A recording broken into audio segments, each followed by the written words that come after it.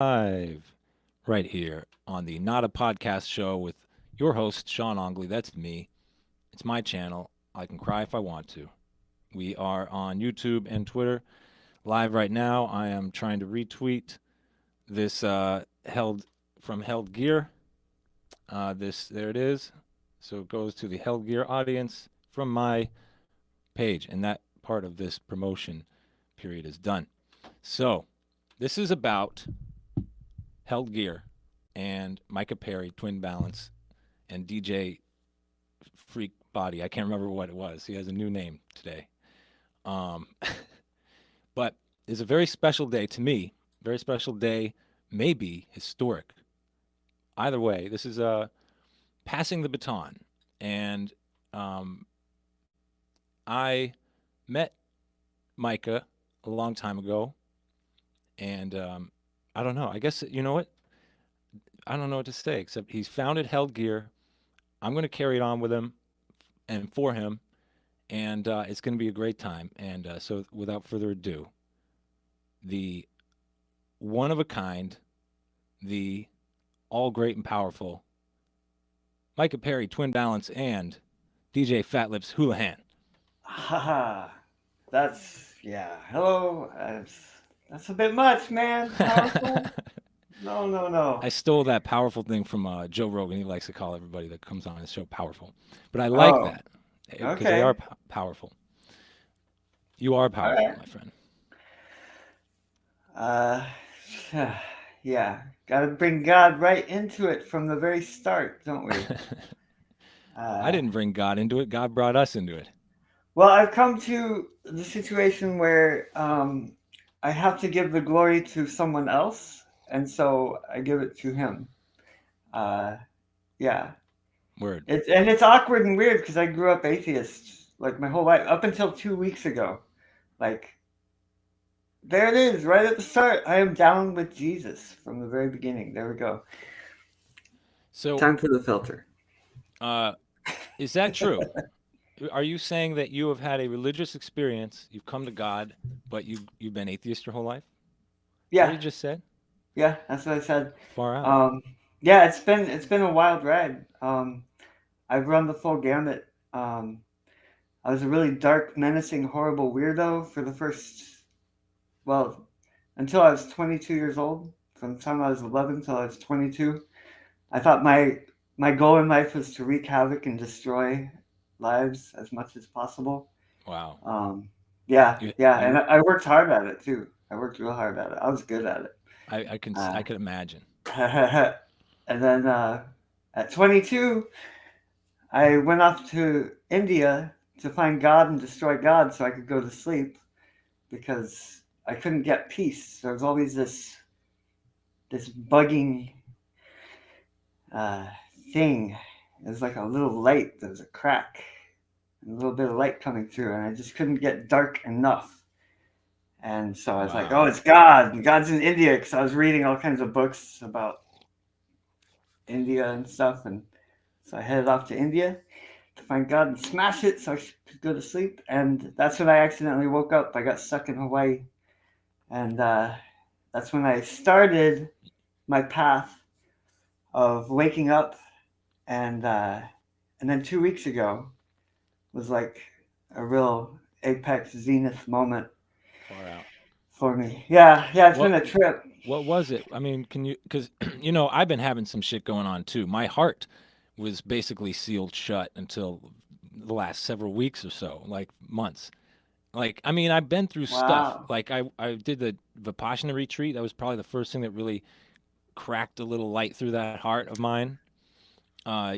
The Vipassana meditation retreats, the 10-day on Alaska, Washington. You probably heard of that. Yeah, Yeah, the yeah. Dhamma centers are all over the world. But anyway, I did that, and that was the first time I really felt it. But like, still, it can seal back up. Your ego builds up, and then how many ego deaths do you need to go through before you just let your heart shine? And then it's, in theory, that's all you need. That feels like that's all I need.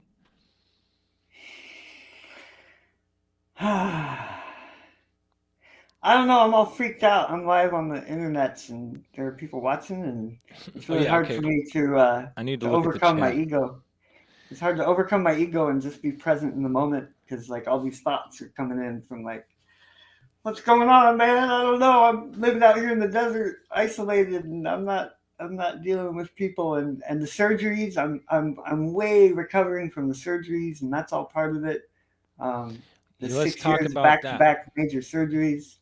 Yeah. That was So crazy. this is mostly going to be people because I'm working hard to build my audience, but I'm still right at the beginning of that stage again in my life. But so most of the people watching this are probably going to be either Who fans of is? Held or your friends and family, and um, Yeah.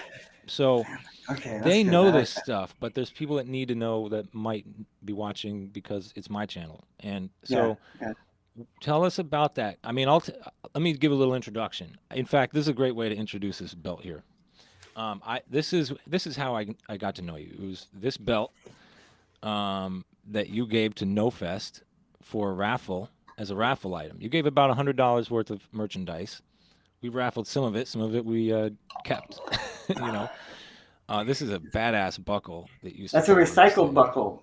I think this whole thing is like the original recycled design, and it still snaps open. I can still slip this in here, and this is a nice little advertisement for the product.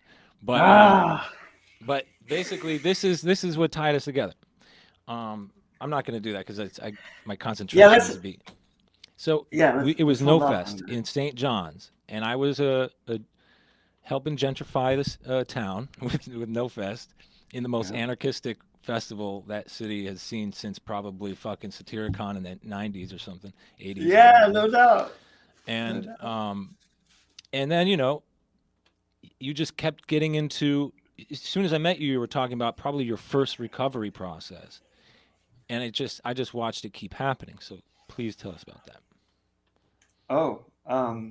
Like Well, there's a that couple was different recoveries. There's recovery from alcohol and drugs, and then ah there's recovery from psychological and physical abuse, and then there's recovery from surgeries. right, the Uh, surgeries. which Well, it's all in surgeries? there. It all Okay. counts. It all counts. um, so I'm liking my filter situation. That's pretty cool. It's fun. So the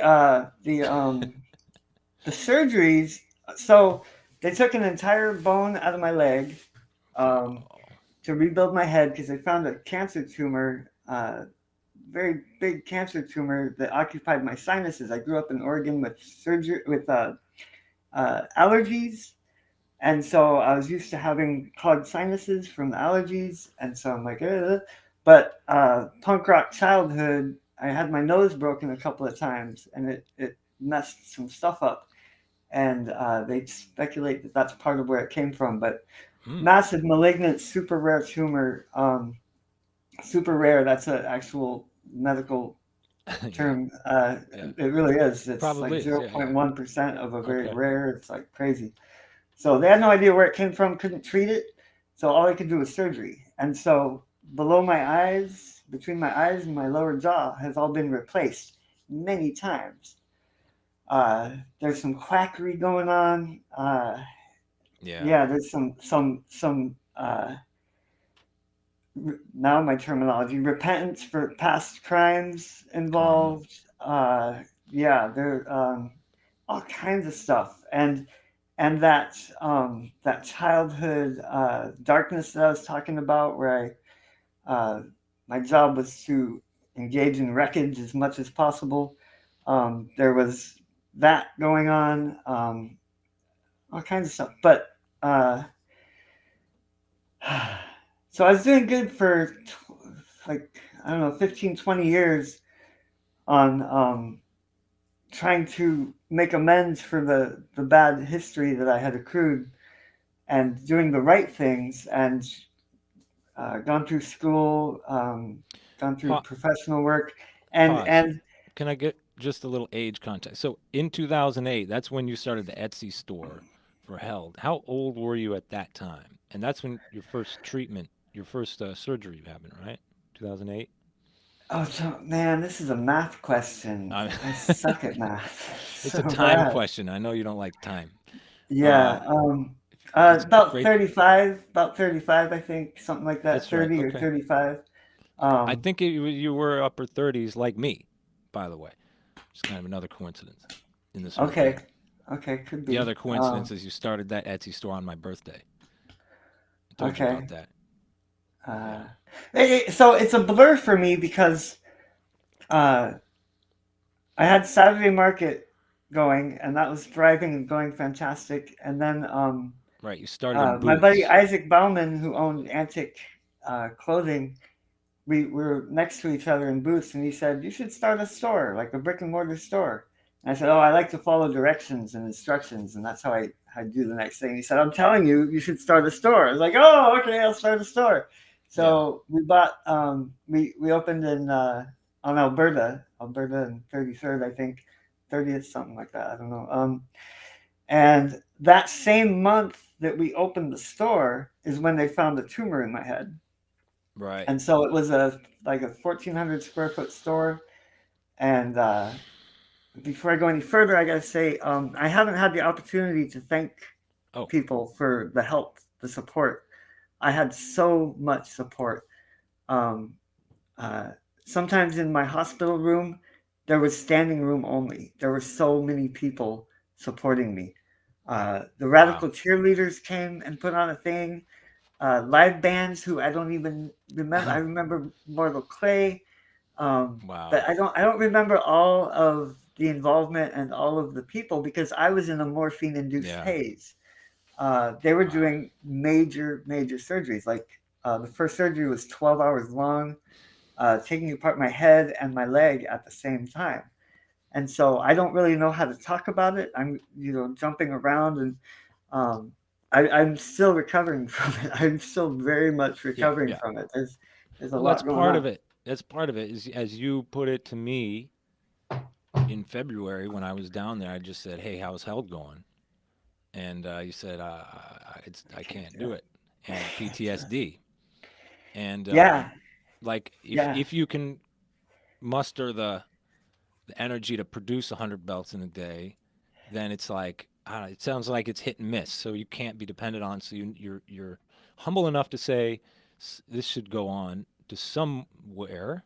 It has to go on. Well, yeah. I went from that 1,400 square foot store was amazing. We were having so much fun. That's where I met you Uh, in that yeah, store. it was so good and successful and doing great. But I had to rely on other people so much. I couldn't even think straight. And so we downsized to the store in St. John's. We moved it to St. John's. And the other thing was, I couldn't ride my bike. I mean, I'm an ethical vegan. I'm all about the environment and zero carbon footprint and helping things out. And I couldn't ride my bike all the way to Alberta from St. John's anymore. And so we moved it to St. John's, and that is a signifier of the progressive downsizing that I had to keep doing because Right, right. I start out thinking I can do things and recover and be healthy, and then I start breaking bones because I get to a limit where I can't put on muscle anymore, and I just couldn't, and and and it just progressively my like I just can't do it. Yeah. And It's then it got to the point where orders were on the verge of being late, and then like one or two would be late, and that was when the second one was late. uh I knew that I couldn't do it anymore. Like that was when it's like I can't. yeah, you're gonna that you worked really hard for those 5 star shops. Um, it's that's all it Well, it's not takes. just that. It's not just that. It's the people aren't just blind consumers. The people who come to held belts, they are ethical people. They don't want to create waste. They don't want to be part of giving material extracted from who knows where and shipped around the world using all kinds of petroleum and garbage nonsense, and then have it fall apart in 2 weeks and have to be thrown away and start all over again. These are people who care, and they're, it's it's a real symbiotic relationship. And so I care about what we're doing. I can't. So you can't make a I can't make a lousy product because ethical veganism is the main motivator. And then so if you have a alternative to leather product, if it's not perfect, if it's not absolutely perfect, if it's not better than leather, then people are going to be like, "Oh, this is stupid. Yeah. Ethics don't matter. Like why bother? Right. Why try?" Yeah. Yeah. And so that's the product. But then also the mentality and the engagement has to be the same ethical standards. Like I can't be late on delivering products. You know what I mean? Because it's integrity. I learned a long time ago when I was 22, when I started walking a better path, integrity matters. If you don't have integrity, you don't have anything. Yeah. Yeah. It, Yeah. Yeah. you got a crack in that wall, Mm-hmm. you might as well It's one of blow the the whole most. thing down. Yeah. That's not just for Yeah, business. That's life. Uh. yeah. Yeah. And Oh, nice. I like you know, I opened my mind a lot. There was a to a lot of different voices. There was a debate between Zizek, that. the Marxist, and Jordan Zizek, Peterson, yeah. the capitalist. Mm. And Peterson had a valid argument, which is that those who try to build their business and build their life by screwing other people over, because this is the kind of perspective of capitalism that it's just going around like a monster, destroying everybody's lives. And his point is it's not really how it is. There's other factors involved, and really anybody who's trying to build a business does it in an ethical way because it's extremely unstable. But the thing is, you get too big to fail, and then you can just screw people over, and that's a different story. We're not Different J.P. story. Morgan here. We're Well, well, there have been temptations uh, to weaken the integrity of the product for the sake of business. yeah. From the very beginning, people were like, "What are you doing selling a product that you can guarantee for life, and Mm-hmm, they don't mm-hmm, ever mm-hmm. have to buy another one again? Like Greed. you're ruining your customer base." Um, Yeah, that but I'm like, greed is there's amazing. billions of people on the planet. Yeah, Like this that doesn't make sense. it used to be satisfactory to people like we'll sell 1 million of these, right? We'll make $1 million. And it used to be satisfying to people. Now it's like, Enough. no, I need to make $1 million every 6 months. Uh, it's No, like you don't. it's like Bring your overhead down. Bring your overhead down instead. what is Try my, that. for example, what is my purpose here? If I believe in this belt because the one that I showed you I wore for like 7 years and I put it to work every day, almost every day. I wore it on the job, bartending, construction, all kinds of shit. And Dude, then yeah. I got the next one in like 5 years ago, and I'm still wearing that right now. It's on my waist. So the fact is that you do need to replace that belt. It's not perfect. It does the rubber does dry out and all that kind of stuff. But like I'll give you an But that's example. for looks. But that's for looks. True, and you know what? If you And I don't give a was fuck about looks, one reason I kept it is because imagine just like taking this and like cutting it into pieces and then making a making trunk, something else. like putting like a Yeah. trunk, like you know what I mean, like so a Yeah. flap. I can't. The word isn't working for me, but like a It's, fake leather hinge kind of thing, and not fake leather, but it's real. It's authentic conveyor belt, uh, made in if America, you're man. into DIY aesthetics and you can do a million things with it. I've done Right. enough. The guy who started the By and By restaurant in Portland, Mm-hmm. he told me he used it to strap down the lumber on the top of his van when they were going to build out the store. There you go. Like he's like, yeah, man, these things are amazing. Yep. Just keep it Yeah, going. So I was yeah, on the phone with my Philly mom today, the mom that I adopted in Philly, and cool. and she called me, and we were talking about just updating her, and she's like, "Oh, I need a belt." Her brother who's disabled, he or whatever, she takes care of him, and she's like, "I have to buy 5 belts at a time, and they all bust." Yeah, And Yeah. I'm like, okay, you're never gonna buy one. This is your last belt for him. Man, I don't like the infomercial feeling here, Yeah, the selling kind of thing. I'm not trying Um, to. I'm not trying to. but That's the thing. It's I like mean, I well, here's yeah, this happens because there are so many reasons why they're amazing.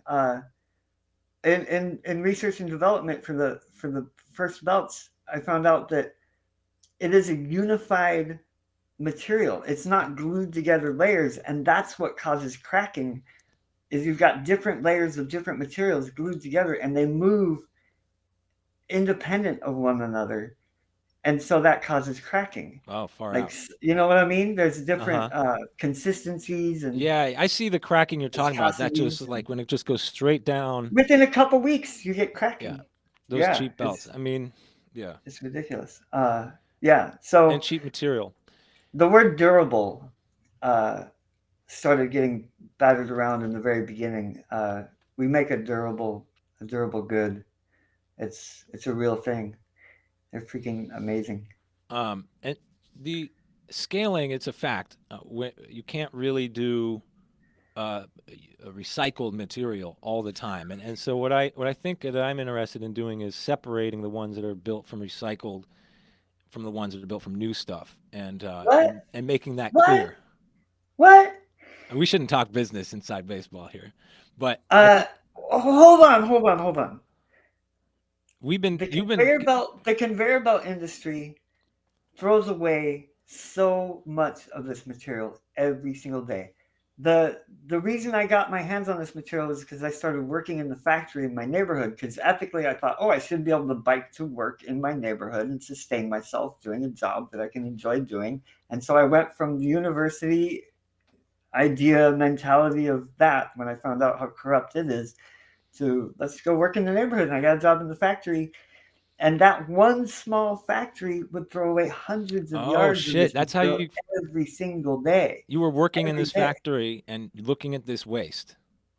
and bringing it home all the time. I had a garage full of this Wow. amazing, wild, like there's a zillion different varieties of this material, and finding out the strengths and the weaknesses. And one of the kinds of belt material is PVC, and I believe now that it's a very toxic material, and it's part of like how my cancer came to be. Oh. Because one of my coworkers got cancer in the exact same place, a rare form of cancer, you know, an unknown thing in the same place, and Mm.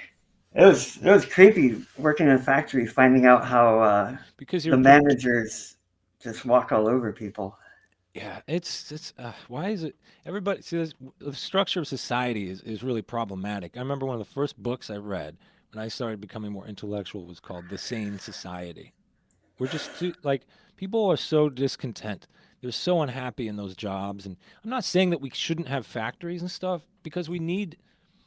I mean, it's like okay, if the world was totally different, this product might have to go have to go away, and I guess that'd be fine with me. You know, like But the essence of the problem is putting the value of the thing over the value of the people yeah, and the yeah. environment they live in.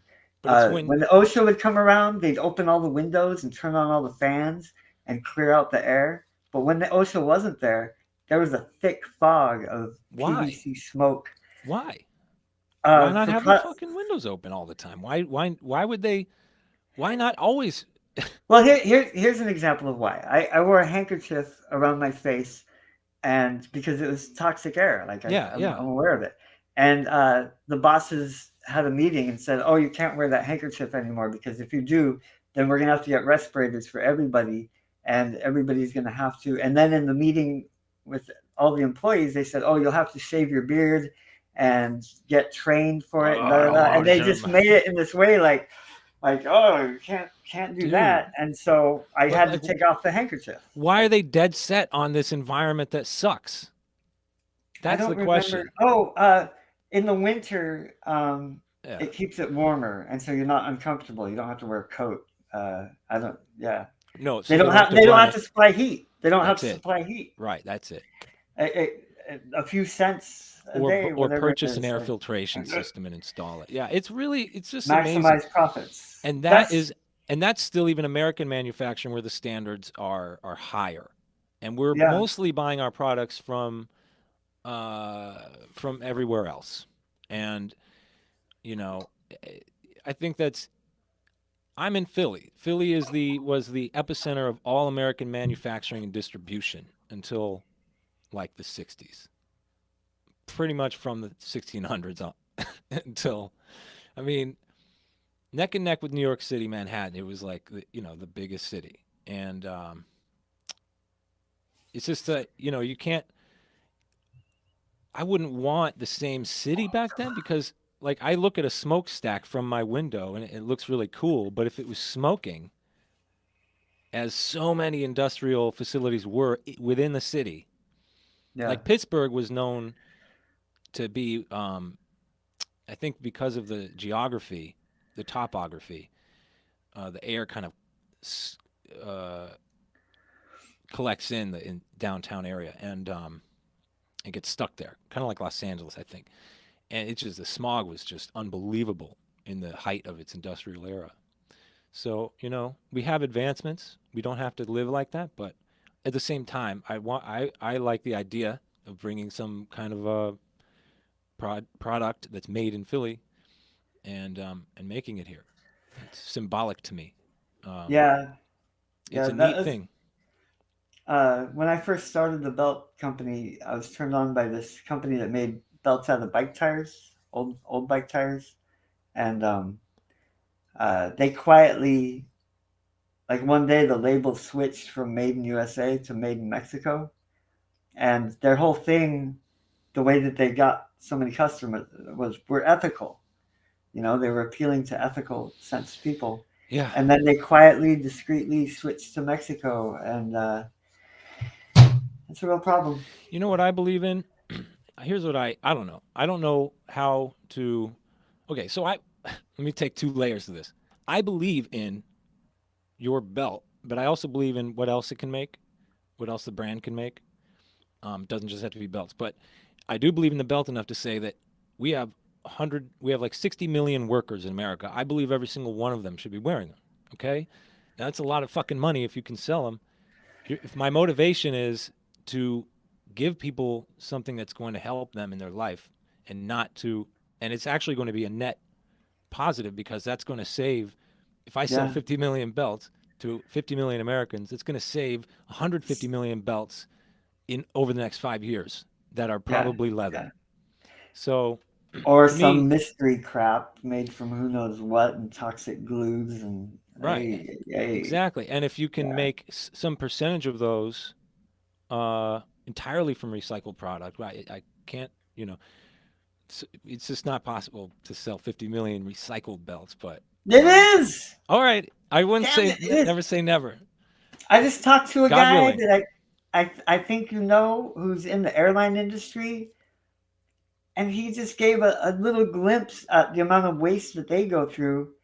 Really strong, durable materials, built to be lightweight and super I strong. believe And it. I believe it. like, there's so many industries I that believe just it. throw away, throw away, No, I throw believe it. away. I'm concerned about it. I see it all the time. I see it wherever I've worked. I see it and it bothers me. And at some point, I just had to like, oh, okay. It just like this is happening all over the world, not just in this one place I work, and I just can't let it stress me out. But I see it everywhere. It's amazing, um, and it's possible to do a substantial reduction of footprint with this. Uh, but like, it's gonna be a lot of phone calls. You got to source that stuff. But I think it's possible. I think you can get a lot. It can be done. It can be done. Um, And the other thing is slow down. If these things last 5, 10 years for like the want to look good crowd, uh, uh, you don't have to sell them all right now. oh no, Stages, step no, it no, out. yeah, absolutely. I'm chilling. I'm Go taking with the this everything. flow. Absolutely, brother. I'm Yeah. going so And with the flow right now. now, I used to make Life's been fun. bike tire and bike tube belts. I Hmm. would make old inner tubes with vinyl backing from like billboards and like all kinds of stuff. And they were amazing. They were really strong. They looked really cool. Some of them were really sparkly and reflective, like all kinds of like a million different things. Um, and so that's just Like every day working with these materials, somebody would come in and say, "Hey, I got this thing we're throwing away." Even the rain barrel man brought in excess rain barrel parts, and we made buckles out of those. Like once you get Yeah. into it, once you plug into this stream, Yeah. it is infinite No, there's because and they're there's constantly making it. there's a community, and I don't know who they are, but I'm gonna find them here, and they're They'll come to you. oh yeah, they will. Yeah, They and I'll will find come to you. um so when I was talking about scaling, I was trying to get to this idea of uh like moving to Mexico or moving to China or whatever it is, and it's like I don't first of all, I think you stick your neck out and you try to buck the system, people don't like it, and I'm nervous about that, but I'm going to be I fear God more than, and I fear God more than I'm like fucking men, and my integrity is more important to me Yeah. than. But it's going to be if you really are successful with this. If I am successful, we are with this carrying forward. Then it is a big buck against the system because I envision a much more cooperative system with local production, local distribution. There's absolutely no reason if it can't be profitable in one isolated area that I don't see why it makes, except for that people just want unbelievable amounts of money. Like when I moved to Philly, we every night we watched Shark Tank. We would uh, the picture that I used actually was with 2017, the year that I moved, or it was like 2018, the year I moved to Philly. The picture that I used for the this video that I took of you then, and that was with Kate. We every night we watched Shark Tank together because it was always on TV every night when we got in the motel, and it just is like we loved it because of like I don't know, it's a fascinating show. But one thing I noticed about them is like if somebody has an ethical idea, all the sharks just start devouring them and say, no, we're moving to China. You don't understand products. You're an idiot. Blah blah blah blah blah. And like, yeah, I would never want to deal with people like that. But Wow. like that's what it is. Like if you try to get investors and But you but then also you have to. I'm sorry, I gotta slow this down a little bit. me okay. You have to also recognize that they're in the industry of entertainment, Yeah. and if it bleeds, it leads. Yeah. And so there are ethical investors out there.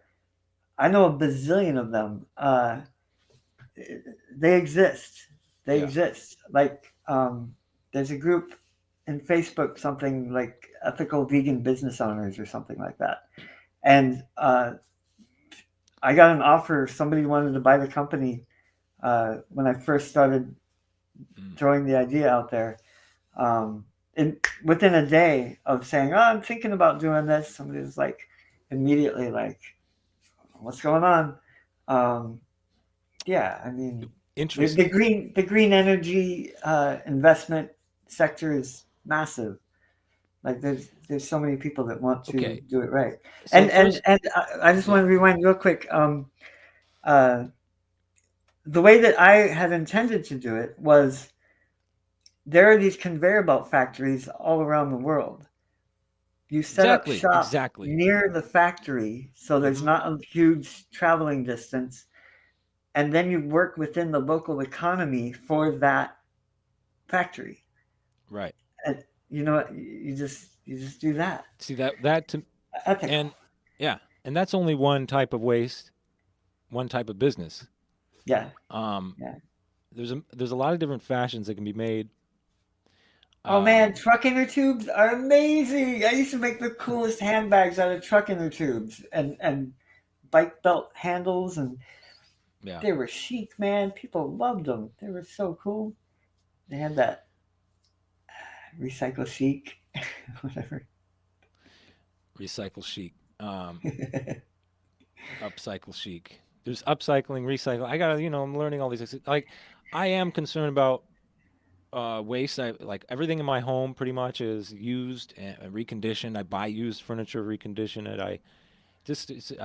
I like antique things. I like vintage things. I mostly buy my clothes from thrift shops. It's just amazing, like sometimes what you'll find for a buck. Uh, it's like, Yeah. and then it's just I've always been that way, and I don't think if you give me $1 million, I'm going to go into that thrift shop and be stoked. but uh, I maybe I won't need to use them anymore. But I don't know. You can't take that out of me. I'm not going to be. I never want to have too much craving, and I don't think the universe would ever let me have money actually until I handle my ego. Did you ever go to Portland Saturday Market? Yeah, yeah. I looked all over town for a wooden spoon once, Mm-hmm. and every single one of them said "Made in China." Mm. And with that, like, you don't know what the quality is, you don't know the toxicity levels, like, Yeah. you just have no idea, and all the And these are fuel local burned to get artisan it here. markets. They're And swap meets. amazing! I still have these spoons and a spatula made out of wood by some cool guy I got to talk to. Yeah, this sounds like an infomercial. What were we just talking about? Talking about ethics and just like, No, just get out of well, I that. mean, the topic here Selling. is like reuse and the topic is understanding. Well, okay, you know what I wanted to ask you. You said that you had people interested. So, what made you then? For me, it's like it feels right in my heart to do this, and my intention is to for this to be good for you. That's that like. I've had several people offer to take it over. So what is it that makes you is your what's driving your Well, intuition here? the first thing is I'm wrecked. I'm the whole entire left side of my body. They took apart my arm. They took apart my leg. They took apart my hip. Um, the whole left side of my body has been reworked, and they did a bunch of nerve damage along the way. Yeah. Um, uh, by the way, someone hated my guts more than anybody in the world was involved in um, who did the surgeries. So there's a little hint at the torture I experienced. And so, uh, like, say the one on Facebook, that immediate first response, uh, it has to be easy. Everything has to be really easy. Somebody out in the woods behind my house is stealing bars of soap from my outdoor sink. Like, I've replaced them like now 10 times, like within probably 20 days. Uh, Brand new bar of soap, gone. Uh, and wait, where was I going with this? I don't Oh, remember. it has to be easy. Somebody was like, I finally put it in a jar because we're like, well, maybe an animal's taking it. So I put it in a jar down in the sink. It's a deep utility sink, so that like no animal can get it out without leaving crumbs and stuff. Proof of Um, intelligent design now. in a jar, yeah, I cut holes in it like so it could drain, and they're like, put a lid on it. And I studied Taoism for 28 years, and one significant thing I learned from Taoism is that it has to be easy. If it's not easy, people aren't going to use it. People aren't going to do it.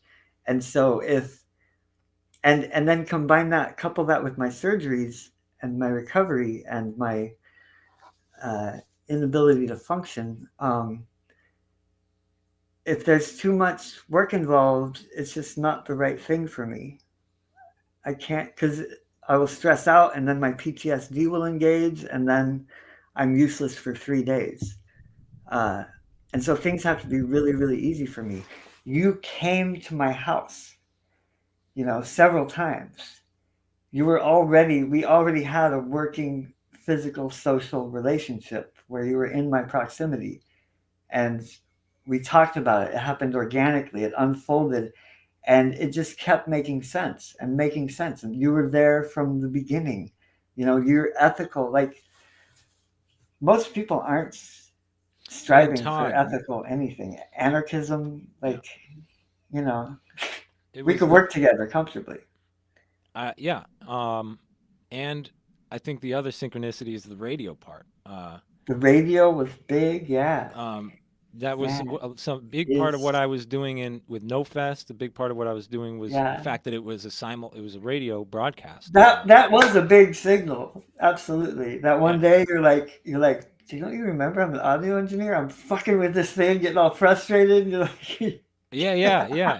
I came in. I tested myself, ran the compression ah, that I thought it would work, and it worked. Is proving that I know what the mm, fuck I'm doing. Sometimes I doubt myself too much, and This has been a huge thing. Like Hmm. when we were doing San Pedro a year ago, and I was sitting there just dealing with my fear. This is just like fear is was my big concentration, and you know, like I feel like I've come a long way since that fire pit.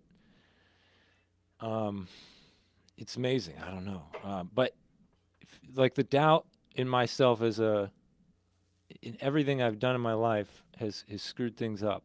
But I don't doubt this moment, and it's so here I am. I'm going to bring audio equipment for your radio station, and you're going to give me your belt equipment, Yeah. and I'm going to give you my lifetime skill, and you're going to give me your lifetime skill, and I'm going to keep up with your radio station and help you It's keep so building good. it. It's And so good. yeah, see, it's going to work. Like you Yeah. could get just a check from somebody though. That's what Yeah. made more Yeah. sense to you. You want it. I don't know. You want And so your heart uh, is more involved than your head, obviously. the person who takes it over, other people who've attempted and volunteered to get involved and pay me money and do it, have been doing it for other reasons. Um, it wasn't really a true line of intention. It was something else going on, like a relationship with their parents, that needed to be reinforced. And so I'm going to do this thing. You know what I mean? There's always like some other thing that wasn't true. And that integrity is like, if you're not fully behind what you're doing, you're not doing it. You're doing something else. And so Well, it's important. it's a total surprise to me. I never predicted that this would be happening. In a week from today, I'll be in your right where you are, and we'll be doing this.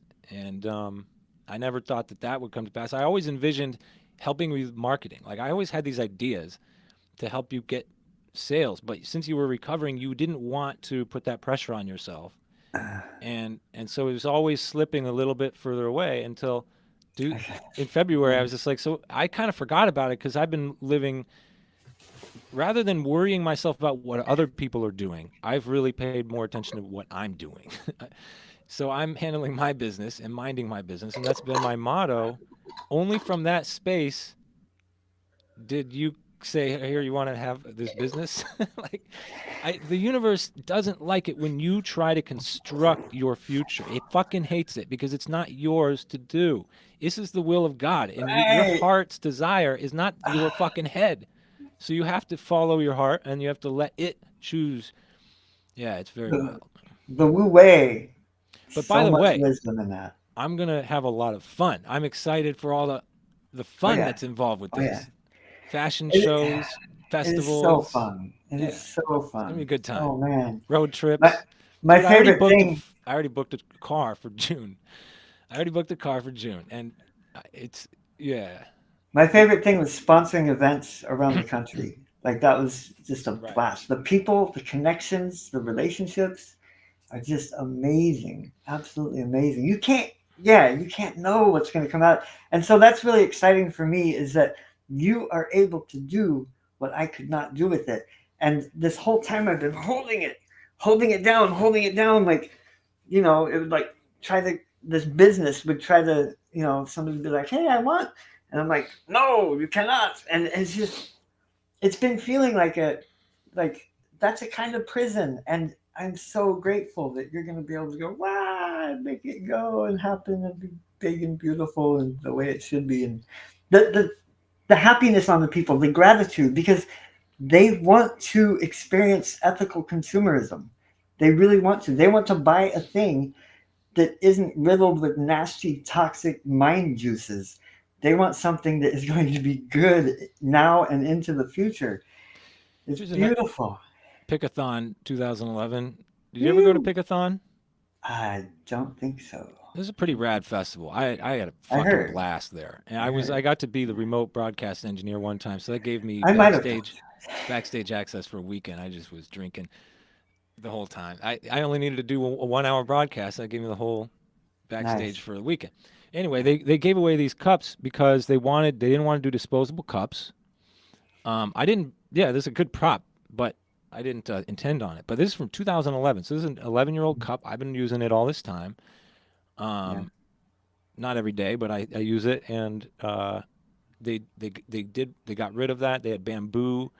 They had their food carts used bamboo, and everybody was issued these cups so that they could get water, they could get beer, they could get coffee, Yeah. whatever they needed, and and then they had solar panels to light the like the walkways and stuff like that. Yeah. So That's a durable product.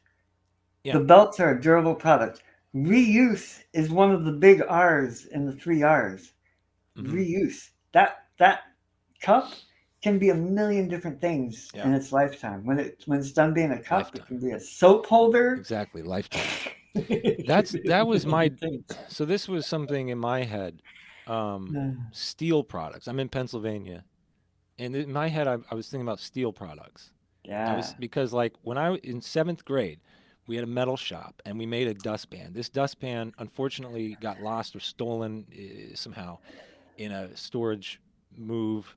My parents and but this fucking dustpan was literally a lifetime dustpan. And my uncle has something that he made in his machine shop. He just took a piece of sheet metal, curled. I hate how curled the end so you can grab it and scoop up whatever's on the floor. There That you shit go. he's been using for 30 years.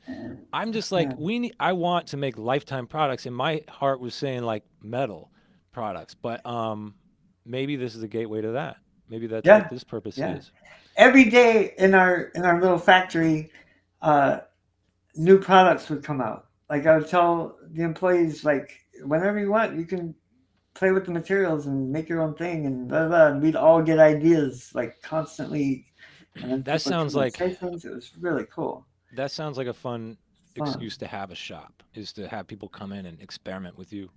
Yeah, yeah. It's your own little maker space. It's really cool. Mm, mm. Yeah, innovation comes from people working Dude, together. You know. and you know what? I saw like Philly still has cheap Philly still has land and stuff. I There was a storefront, 2,500 square foot storefront, buck a square foot, and in Pottstown. It's a suburb, but it's right on a main street. And I was like, damn, I could have a yoga studio in here, music studio here, radio station, plus the shop for like, it's cheap. Yeah, That if that yeah. was in Philly, it would be a lot more. But you don't need necessarily like I don't know. It's just it's fun. It's fun to dream. It's fun to dream. Who knows what is down the pike? It's just fun to dream.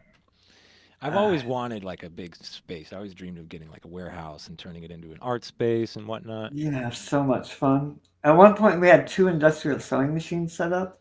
You got to get one of those. Those things are amazing. You can do so much. Right. Yeah, yeah. That opens you I up to a whole different level of product. whole different. Yeah, whole different. It's just yeah, it's incredible. Yeah, absolutely amazing. Um, Yeah. Have Someone else I want to mention is I grew up. A portion of my childhood was spent pretty off-grid living, and my dad was big on recycling and reusing. He's the one who made um, methane gas fuel out of the kitchen compost. He made a zillion different windmills. Ultimately, the windmill that pumped our water was one that he made.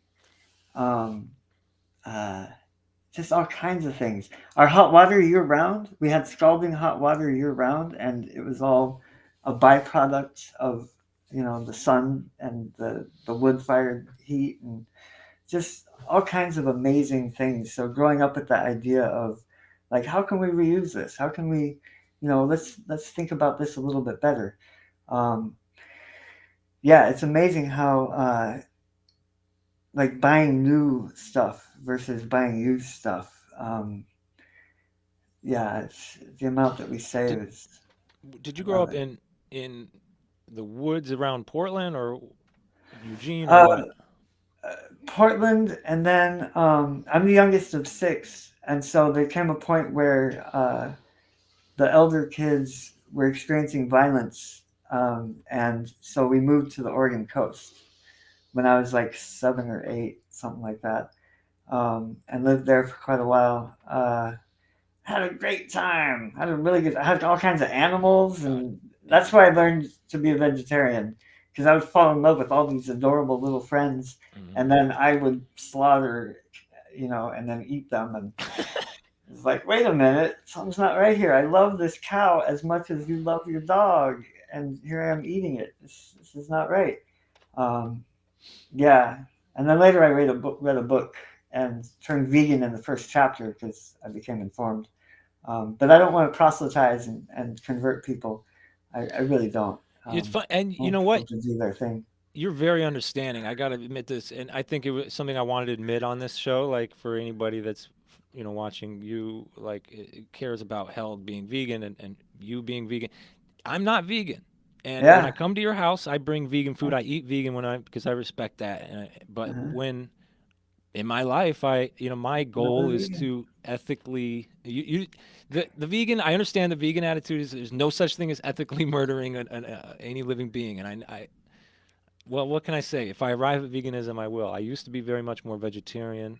Um, I often make vegan meals, but um, I am not consistent. That's not my ethic. My So primary ethic is the handmade in America. Second is reuse, sustainability. upcycling, sustainability, Yeah. and I am One an word. environmentalist in the most Easy. traditional sense. I care about pollution. I clean up the creek in my own neighborhood. Yeah. Um, but like my perspective is not like straight away like lefty vegan liberal. I'm Yeah. different. I my So in that same vein, in the stores, if somebody left their old broken belt, I would give them a $5 discount. And then that buckle you showed in the beginning, that's one of those buckles. Somebody, instead of throwing it in the garbage, somebody mindfully cared enough to, do it this way. that's, And then the leather ones and even the non-leather ones, I would make cuffs out of them yeah. and sell the cuffs. And so that was leather. And some people would have an issue with me selling leather stuff. Mm-hmm. But like I said earlier, my story is that I'm vegan Yeah. for these reasons. I don't want everybody to have the same story. Yeah. Your story is your story. Yeah. Even when I was vegetarian, I had rules like um I will only buy secondhand leather. Like I only wear secondhand leather. Um Yeah. and Yeah. my vegetarian friend Shane, you remember Shane? I don't know if you remember him. Um I don't St. know. John's guy, older guy, magical character. I still can't wear leather Yeah. on the side. I mean, actually, I was wearing leather Converse shoes, All Stars, when I last visited, but I guess I Monica wasn't Richards vegan. has a song. Monica Richards, Faith in the Muse, and Anna Mamundi. She has a line in the song where she says, it's a really good, heartfelt, soulful song. And one of the lines is something about you're clad in the skin of someone else's mother. And it's like, I can't, I Is that can't do true? it. Yeah, you're wearing someone else's mother or brother. It's like, I can't do But I mean, there's it. nothing's perfect. Nothing's perfect. Like if like the tree rubber is a lot better in terms of its as a waste product, and it's like Yeah, it's cotton and tree rubber. But yeah, yeah, it's if you good. see how tree rubber is made, it's like it's horrifying. Did you ever? There's a I wrote a review about this. You can read it on Through Media Archive still, but I'm trying to remember Fitzgeraldo, I think it was what it was called. Old Herzog film, I believe, and basically to make this film about a guy who wants to create a new shipping route by taking his ship over a mountain. Yeah, yeah, I saw that. In order to make this film, they hired indigenous to deforest that whole section so they Yeah, could build this pulley system and actually lug this fucking boat. There's some yeah, movie magic to it, but they literally did it. It was like a yeah, documentary. And you yeah, see them producing rubber on the spot. It's yeah, fucking amazing. But yeah. I consider that to the most ecologically disastrous film of all time. I don't think there is anything more high impact than carving out the forest to make tree rubber. But the tree rubber was probably actually, went out to market, which was used for something which, And is what. they might have cleared it in a path where they were going to put in a road anyway. Like I don't know all the details and all the ins Yeah. and outs, so I don't even know that it was ecologically devastating. You know, Well, I think uh, like we need to use resources. That's what Earth is for, but we also have a terrible um, relationship with it as a system, and it's like it can be handled. I don't know why. I don't know. I don't want to get into conspiracy theory here, but I am a oh, conspiracy theorist. let's But I definitely feel like, I mean, the solutions are right in front of us. They have been for a long time. We don't have to be destroying our systems. We don't have to be destroying. When I say systems, I mean ecological systems. What's the right word? You know what I'm saying, though. Environments. We don't have to pollute the air. We don't have to dump all this trash. We don't have to create the kind of trash that clogs up oceans. We don't have to do all this stuff. We don't. but we But do, we but need to we do do, some things. But we do we do. this. We don't have to do it. Like with that road, the Werner Herzog cutting through that thing. Maybe some ecological study, impact study said, uh, if you do it in this way, there's enough of the surrounding forest to absorb the impact. You know, but if you go this way, uh, then it will be less so. So maybe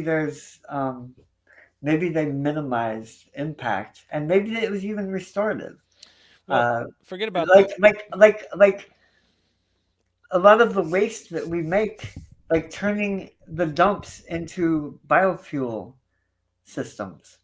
Like I'm not saying that's perfect and good, but compost. My dad turned kitchen compost into fuel for cooking. Like What? just because you have Your dad's rad. toxic, What? yeah, that's what I'm saying. I grew up with that guy. I mean, I that's the kind had of shit to I dream chop the about wood and doing, I haul the tell you what. wood, but it was an amazing background for me to grow up in. And I use it here on this property to this day. I've got a solar heated shower out there, man. I'm into it, and I recycle. People come here in Arizona and say like, "What is this recycling? I don't understand." And like for me, it's such an easy, common thing that you rinse out your thing and you compress your thing, and like, but they're like, "No, you just throw it in the garbage." It's Yeah. like, no. It's sorry, I'm Yeah. yeah, Yeah. I boring. know. No, no, it is. It is ridiculous. I mean, I live in a part of the city where, I mean, I have tenants, and it annoys the shit out of me. Yeah, My yeah, that they just throw things in there, and but yeah, like I don't like being the guy who's like, you're not recycling right. yeah.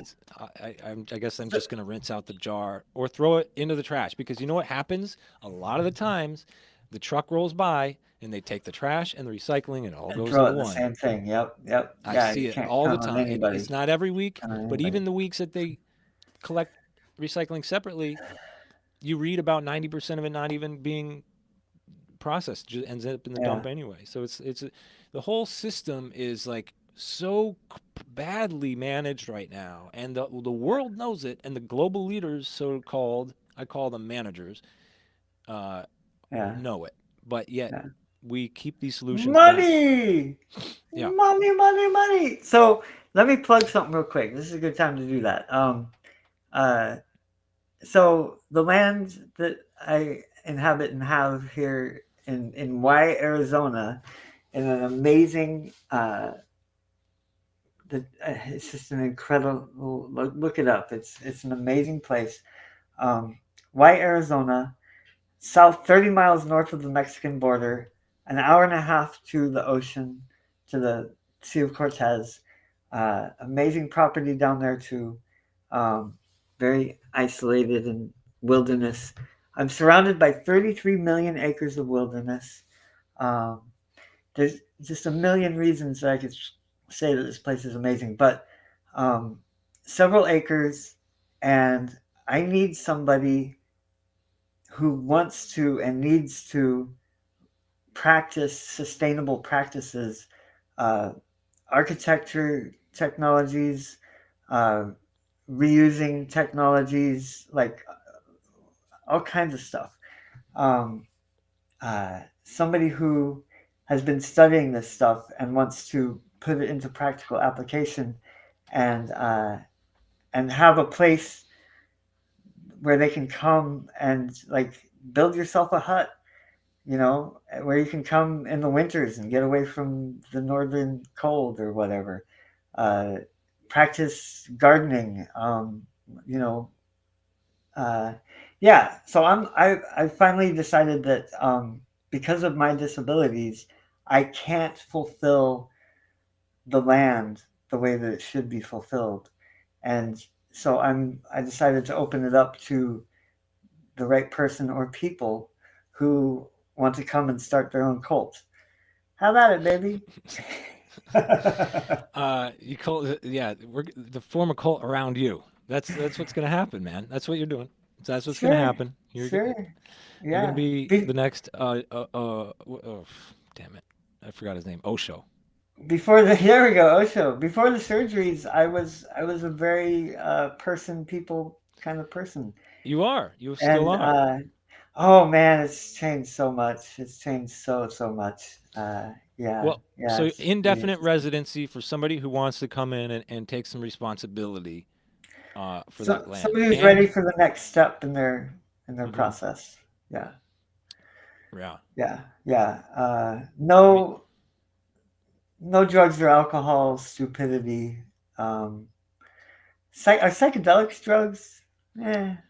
I don't know. well, in my relationship to cannabis and mushrooms, mushrooms are my heart medicine, and it's that's one of the things that really that helped kick open this heart and keep it open.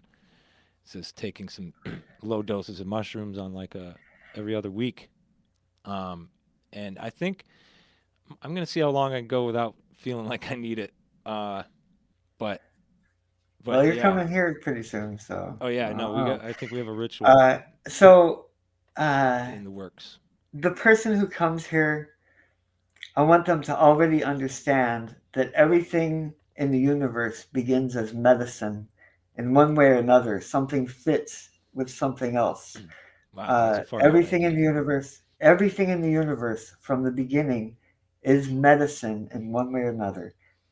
There's symbiotic relationships all throughout. And anything in the universe can be pushed to an abusive level where it turns from medicine to toxic poison. Everything in the universe can go from medicine to poison. And the indigenous people that live here have an understanding that uh, making a profit off of the medicine around us is one way to turn it into poison, Yeah. and that's part of what leads the way I've been operating the Belt Company. Uh, the surplus money I would put into animal sanctuary. I would put it into different causes that help different things, and you know, surplus needs to go away. If I It becomes poison for myself and the people close to me if I hoard it and keep more than I need. Everything in the universe, anything that you deal with will become poison Okay. if you begin to accumulate and put it in boxes and numbers and store it. And language Yeah, can you become it's poison. the head can't lead the heart, but it can follow it. So Ooh, you need nice. the head. You need the head. But you can't try to construct your whole reality from it. You can't construct your future from it. And but you do need it to work things out. You do need numbers. You do need how many units am I going to sell to make so much so I can get here and there. Like, but you need to, but like somehow your heart has to be driving the whole thing. Otherwise, so like the all like really quite a the excess money is going to go to you. So you're going because this is part of the deal. I need to make this residual income for you. Now, what you do with it, I hope that you are very generous and you take that and turn it into something for your community. we're going to make that radio station. We're going to keep building that together because I think that's something that's good for your community. Not This, because, well, that's not why I'm doing it because I just yeah. love it. I love that you're doing that. I don't The care the who listens right to it. now, right now, the land that I'm on, I've been converting it into camp space, Camp campground, so space, it hip can be camp. You're on hip camp. self sustaining. I'm on hip camp, but I have RV hookup spaces, Hmm. and I just found out that that's a thing that I should be doing, and so initially that's what I'm going to be building out is, uh, um, so then if this land is self sustaining, um, then my disabilities are not an issue. Um, yeah, renting out a couple RV spaces would pay for staff and to do the maintaining because I can't even. I got a leaky pipe here, and I went to dig it out. I can only work on it for like 15 minutes, and it's still leaking. Like half of our water use is going in the ground right now, and I don't have the capacity to fix it No, that's yeah. so quickly. I have to take like 3 hours for every 15 minutes. So um, I need to have a self-sustaining way to keep this land in perpetuity because it is promised to some degree to go back to the people who uh, previously inhabited this land, the Hiace Adam folk.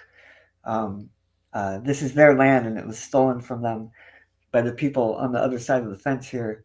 The Tohono Adam sold it out from under them, and these people are they they need to be they need to be recognized, and so that's the other impetus is wilderness sanctuary and land for the use of the Hiace Adam and self-sustaining. So I got my own project going on. Oh It's yeah, you're keeping me really busy. busy. You've just shifted your energy. That's all. Yeah, Um, Out of need, which we discussed, and I think finding people out what I can understand do. it. Yeah. Um, and I think it's a blast. I think it's gonna be. Yeehaw! You're gonna have a good time. You're gonna keep having a I good time. am. I'm I'm gonna having have a a great time. great time. Woo. I love these tax deductible trips. That's great. Yeah, So, um, I heck guess we yeah. should wrap it up and plug the store here at the end. Just say like where it's at right now. Anybody who might still be watching has stayed with us here. You can go to heldgear.com. You can buy things on pre-sale because I got to go down there. Did We've got, anybody comment? huh? Did we get Well, any comments at all? ephemeral perennial is here at the beginning. Oh Um, yeah, he there's doesn't been count. there's been there's been He does make content. He makes yeah, really killer well, content. and I appreciate him often tuning into these my live streams. So Heck shout out yeah. to ephemeral perennial. Heck And yeah. there's some viewers. I don't know how many are on Twitter watching it, but it's still there. And then I'm going to put this out to the email list that you gave me, and then basically I'm Man. just going to keep pushing the. Now I'm going to keep pushing the promotion, and we'll be doing some I good yeah, social I'll do media that posting later. while I'm there. Yeah. I We'll started definitely. pimping it out and then I kind of fizzled out on it. Um It's well, mine to I do ran now. into technical Oh, complexity and the live got stream. overwhelmed. There's not much you Yeah, can so do. Either they're tuning in or they're not. You put it in your story. no, That's I could have pimped it out to a whole bunch of people and I oh, didn't I do it. see. You didn't. Oh, you didn't even get this No. announced to your friends and family.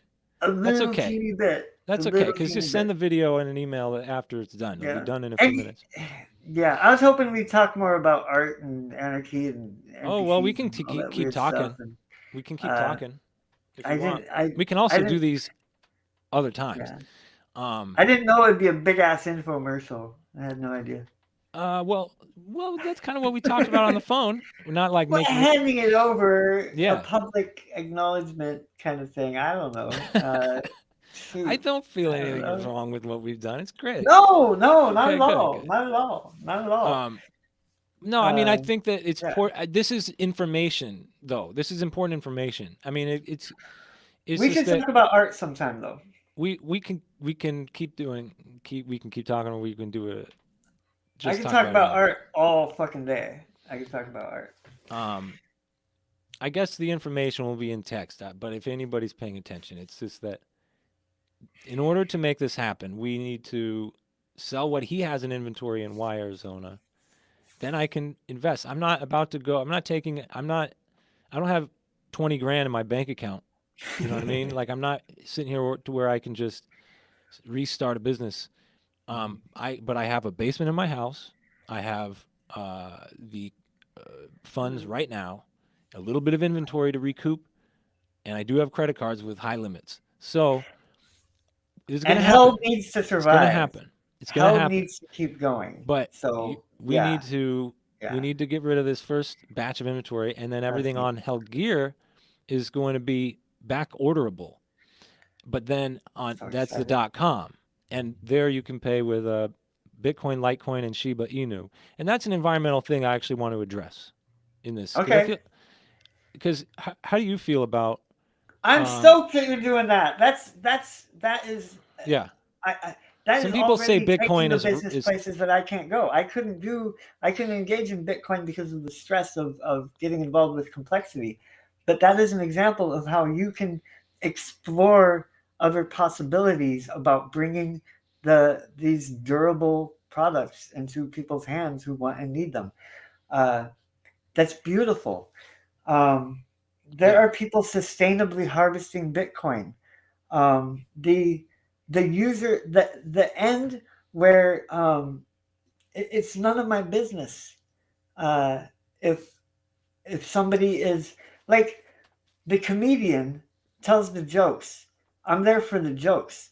And then people get caught up in the person's character and personality and who they are in their private life. Their private life is not their comedian life. You know, they tell fucking jokes on stage and they're meant to tell contradictory, you know, you know what I mean? Like it's a yeah, fucking absolutely, job, man. If you're a professional, you're doing your job in your business and doing it professionally, and then you go home and beat your dog.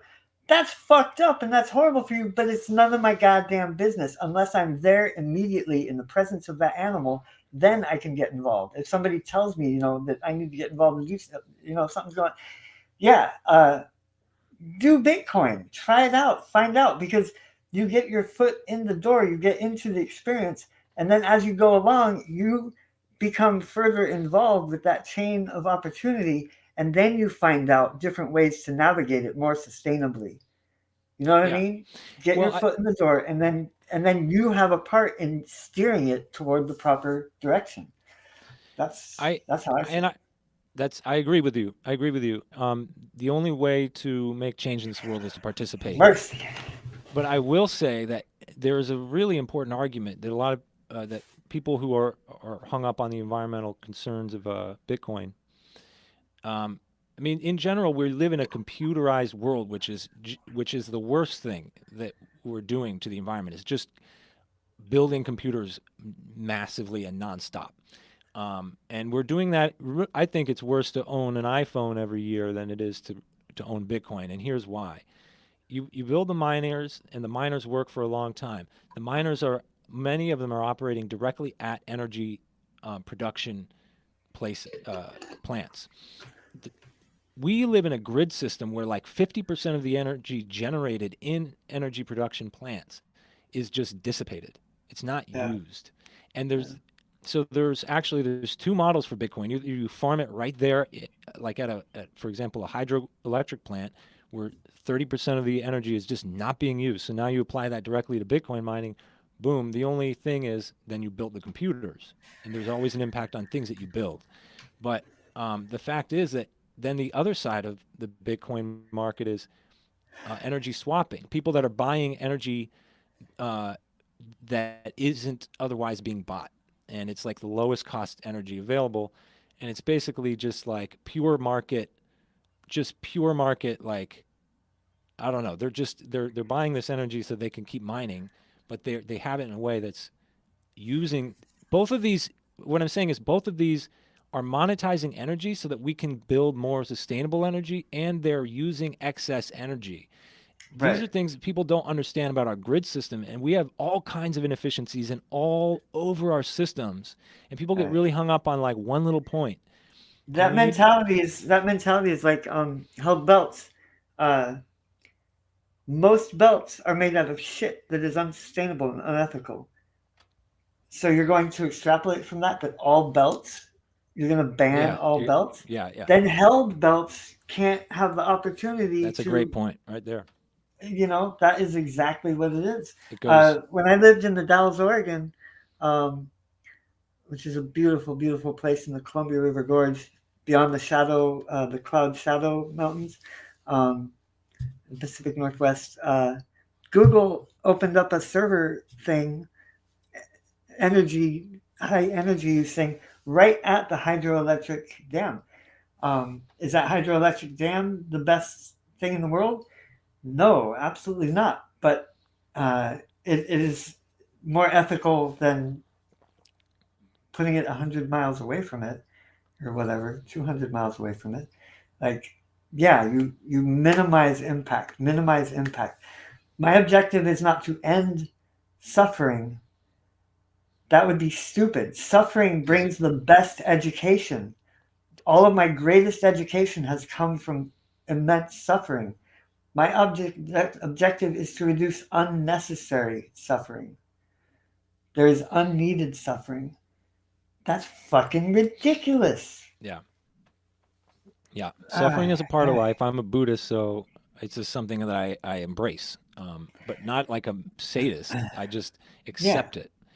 Um, yeah. And yeah, when things are going groovy, get ready. There's a storm coming. Uh, yeah. you know, But like also, you know what? we recover and heal, and then another one, recover and heal, and I learn. I was thinking that thought today, but I was like, you know what?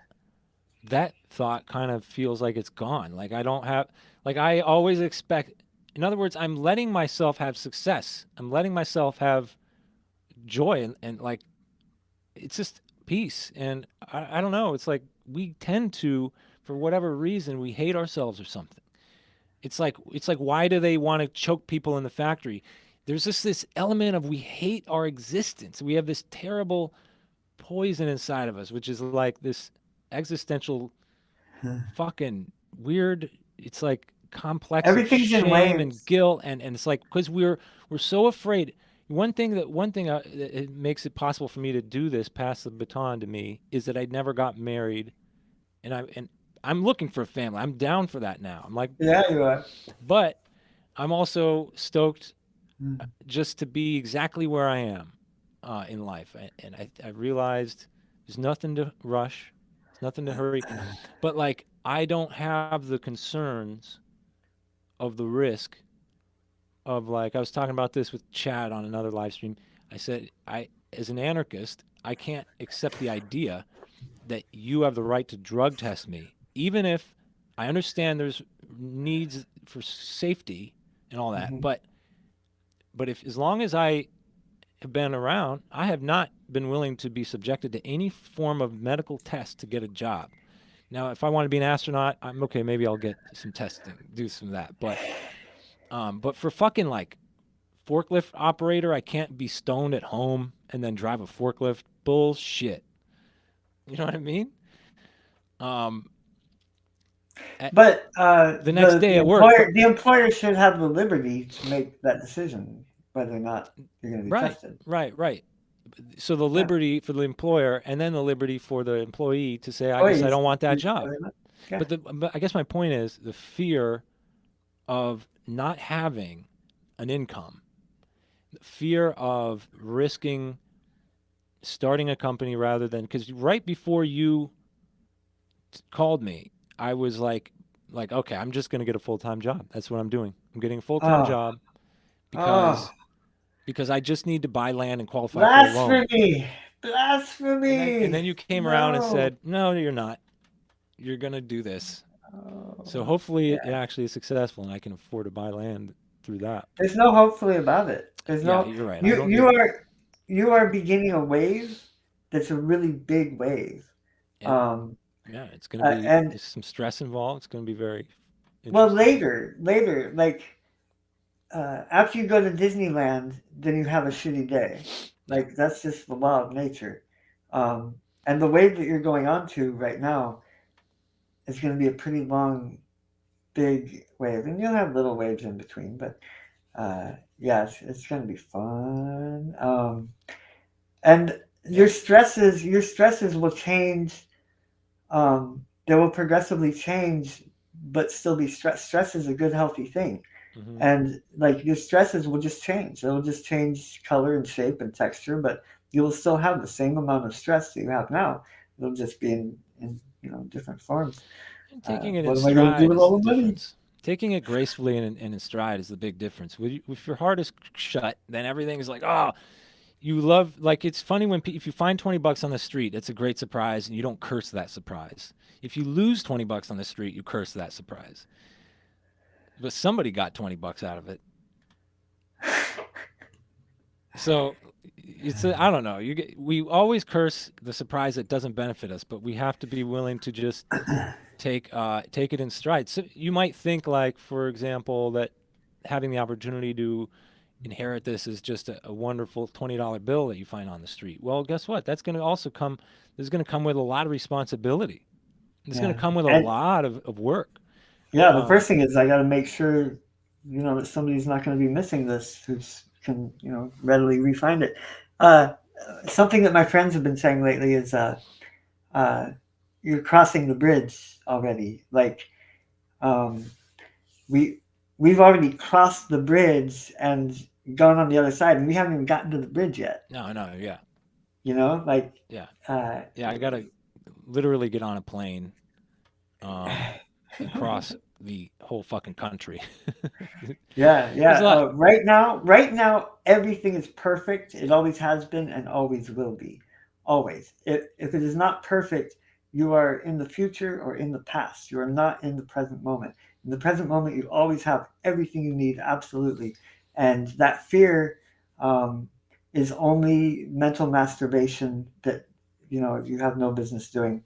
And just remember to step out of that. And right now, everything is perfect. If you follow the instructions, they will be delivered appropriately and in the exact time that you need them. And if you don't have the instructions, wait. I love waiting. Like I can wait forever. It's the best thing in the world. There's peace in waiting. There's tranquility and serenity in waiting. The instructions will come, and I will know exactly what to do. Have faith.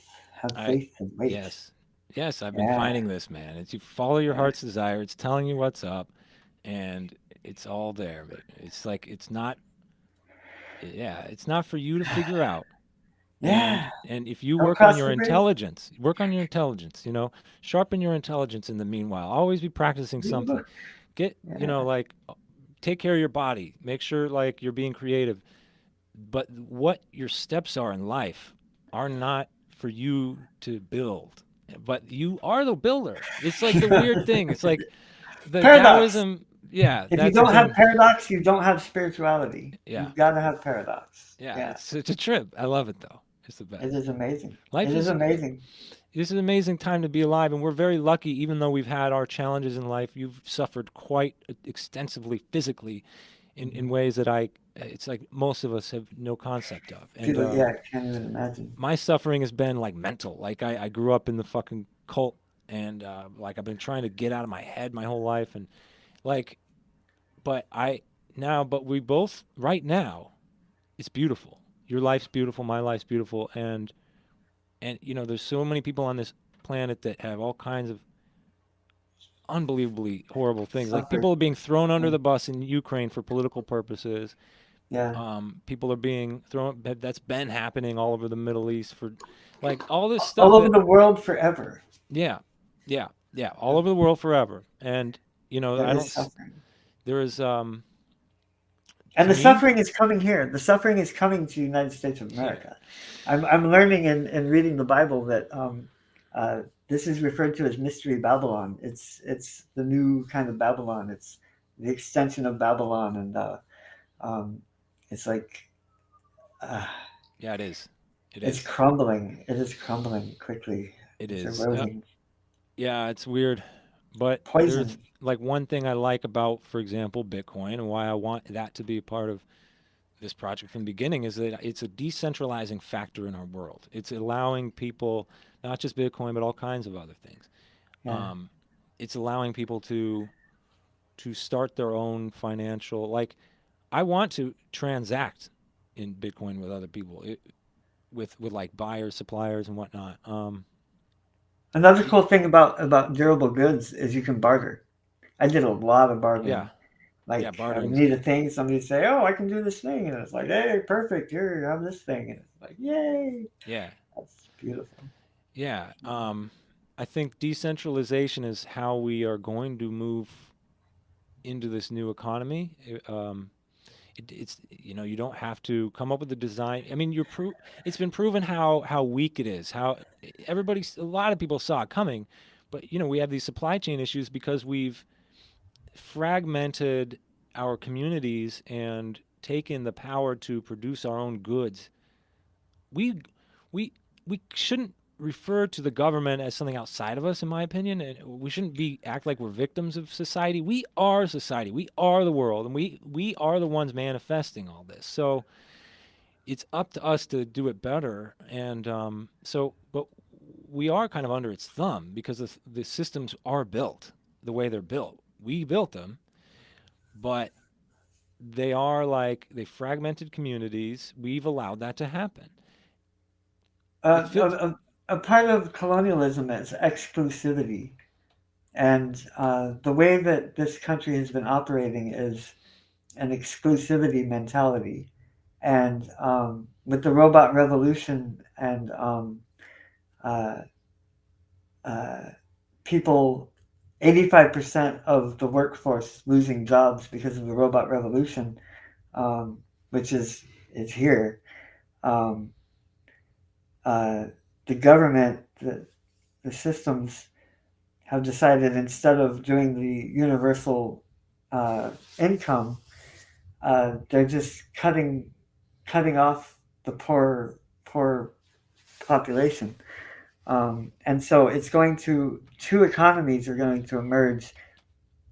Generally speaking, there's going to be the consistent American imperial economy that's been going on, and then there's going to be a poor economy, and um, uh, yeah, I really think that it's going to be two different systems, and yeah, that decentralized Bitcoin thing. Uh, that's part of it. yeah, yeah. Maybe it will persist, but I mean, maybe it won't. I don't know. And Uh, why I chose Bitcoin, like I could have picked all kinds of options. It's and you're really, buying gold too, right? I just bought a little bit more gold. I always try to. It was my tax refund was. That's another thing. This universe has been very kind these like 2 weeks leading. It's just like Yeah, paving the way for this to happen. everything you need, you Yep, got. it's yep. Living Yeah. in abundance, it gives it back. Um, yeah, so I got my tax refund, bought a little bit more gold, not much, but a little bit, and I just try to do that over time. By the time I'm old, I'll have like I'd like to have an ounce. It'd be nice to just Yeah. have an ounce of gold because then yeah, The gold I'm buying is I just built a new garden, and yeah. that's the gold I'm buying. I can't wait to do that myself, dude. Yeah. I'm gonna get that land. I mean, that is definitely part of my plan, but something was telling me no, don't do that. Like, don't do that yet because you're trying to build a nest and you don't have. You're like a bald eagle. You know that bald eagles are nesters. They're like domesticated nesters. It's cool. They get together, they build the nest together, they raise their eggs there and everything, but then they fly off. They do their own thing. They come back to that nest. It's kind of beautiful. Um, yeah, that's basically what it is. Like I think that I'm supposed to do that with somebody. I don't know who it's supposed to be, but it's um it's forthcoming. I think I need that land. I think that's a big part of the future. I'm really concerned about being trapped in the city. I'm very blessed for the house that I purchased at the time that I purchased it. I built a lot of equity, but and it has this basement that I can work with. But I am very concerned with not having enough land to have enough systems of my own to, at the very least, barter with. When I left Portland, I made a conscious decision to stick with the poor people. Uh, there's some things that I just won't. do and participate in that people see as good and valuable and worthwhile. Yeah. If my poor brothers and sisters can't do it, I won't do it. And so with the duality of economies coming, uh, you'll either be able to live with the poor people and have land, or live with the wealthy people and have a condo. Like that's Yeah. kind of the way it's going. Unless you're unethical and you like make money, then you could probably have some land that way. Uh, be a Joe Rogan or something. Well, Uh, is he unethical? Is he? well, if he's hoarding wealth, then yes, because that wealth comes from somewhere. If you hoard anything, you're depriving someone. So Well, I if you have surplus, one rule I follow. It's the rules of the Ronin. Is do not defend people that you do not personally know. You yeah, become a cuck. You don't even know who you're defending. So I don't yeah, defend Joe yeah. Rogan, but I do see him. People love him. People relate to him as generous. He's building a I club. don't know. He's gonna pay people well. Like, I think I think that there's a lot of people that are massive and huge. Like, can you help it if you start a podcast and now There's people love. everybody relates to it and like so if you're worth $1 million a podcast, um, at least he's probably paying his guests. I know that very few. I actually don't know if he's paying his guests. I know Ari Shafir pays his guests. Um, I would like to see I it's would like like to see evidence of yeah, yeah, yeah. I don't like defend. with held belts I started a wilderness sanctuary, Hmm. and made that available for people to see and know about. Like Where you are and like why. if you're getting it from the public, you've got to give it back to the public. Yeah, You know what I mean? If they're seeing this part, they got to see this part too. And so secrecy, opacity is not my friend. Uh, I'm not a fan of exclusivity and secretive bullshit. I Yeah, agree. just hide stuff and you're not doing it right. You're corrupt. And watch out. Yeah, I think it's concerning. People compartmentalize. They have multiple. Uh, I don't know. Like you have your work face, your private face, and then you might have your public Instagram and your private Instagram or something like that. People just Yeah, compartmentalize a lot, and especially when we're branding ourselves, we're like creating brands for ourselves. And I've never been able to like you put yourself right up front with Held. Your personality was always tied to Held. I'm not going to do that at all. cool. Um, but it's like that made you consistent. It made you consistent across all of your behaviors. I on social media, I have just my name. I just don't use a fake name. I have no fake accounts that I troll with. If I'm going to say it on my Twitter, it's because I mean it because my name is in front of me. Yeah. And that's just how I've been with my online presence.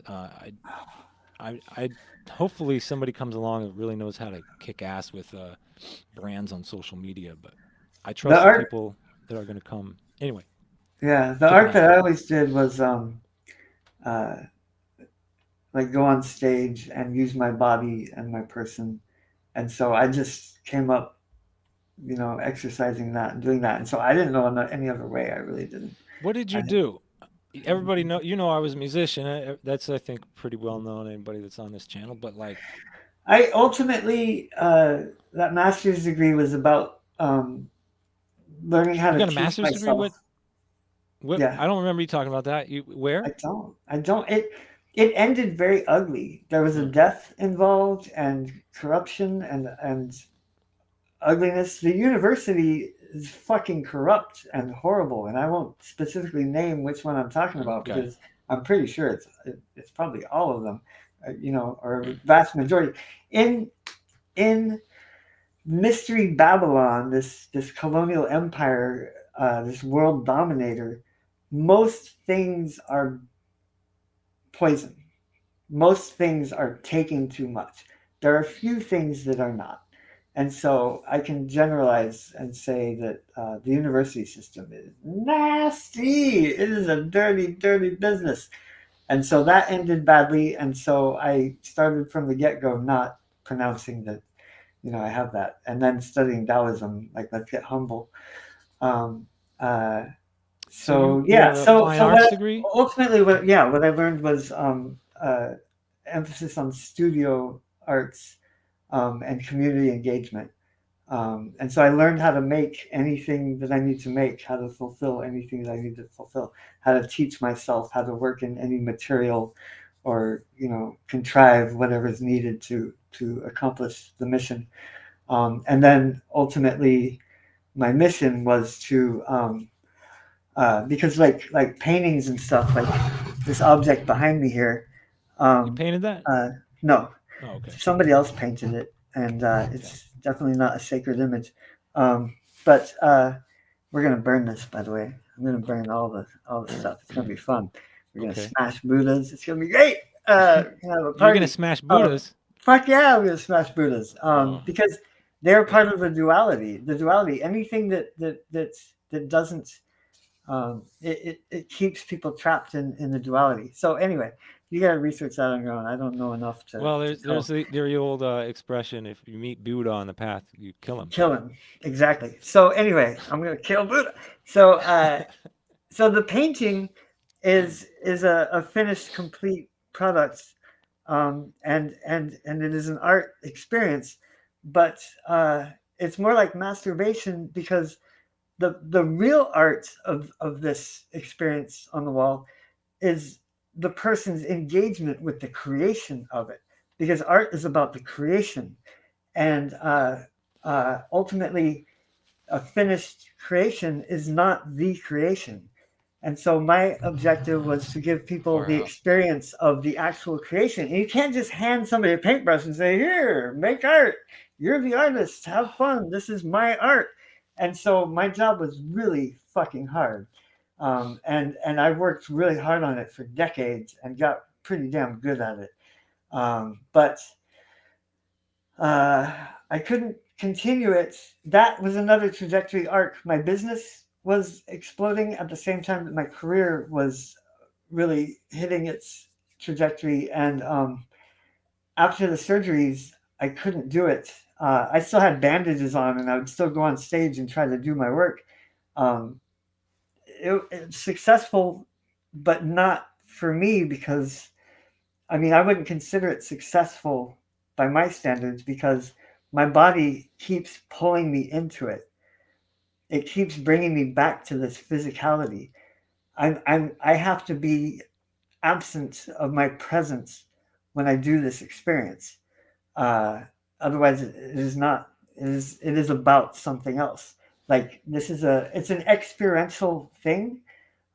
It's not a painting that I present to people. It's an experience where people are transported into that experience, and everything is referential and interconnected. And if I am attached to my body, then I'm not free to create this experience. And so I couldn't do it.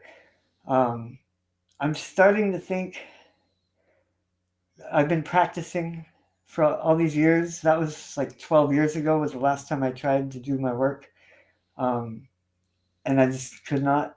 And I'm starting to think I'm getting to a point where I can maybe. Um, and that has been part of my immense suffering is not being able to do the work that I worked so hard to fulfill. That's a nightmare. But I think that is changing. We'll see. Well, all right.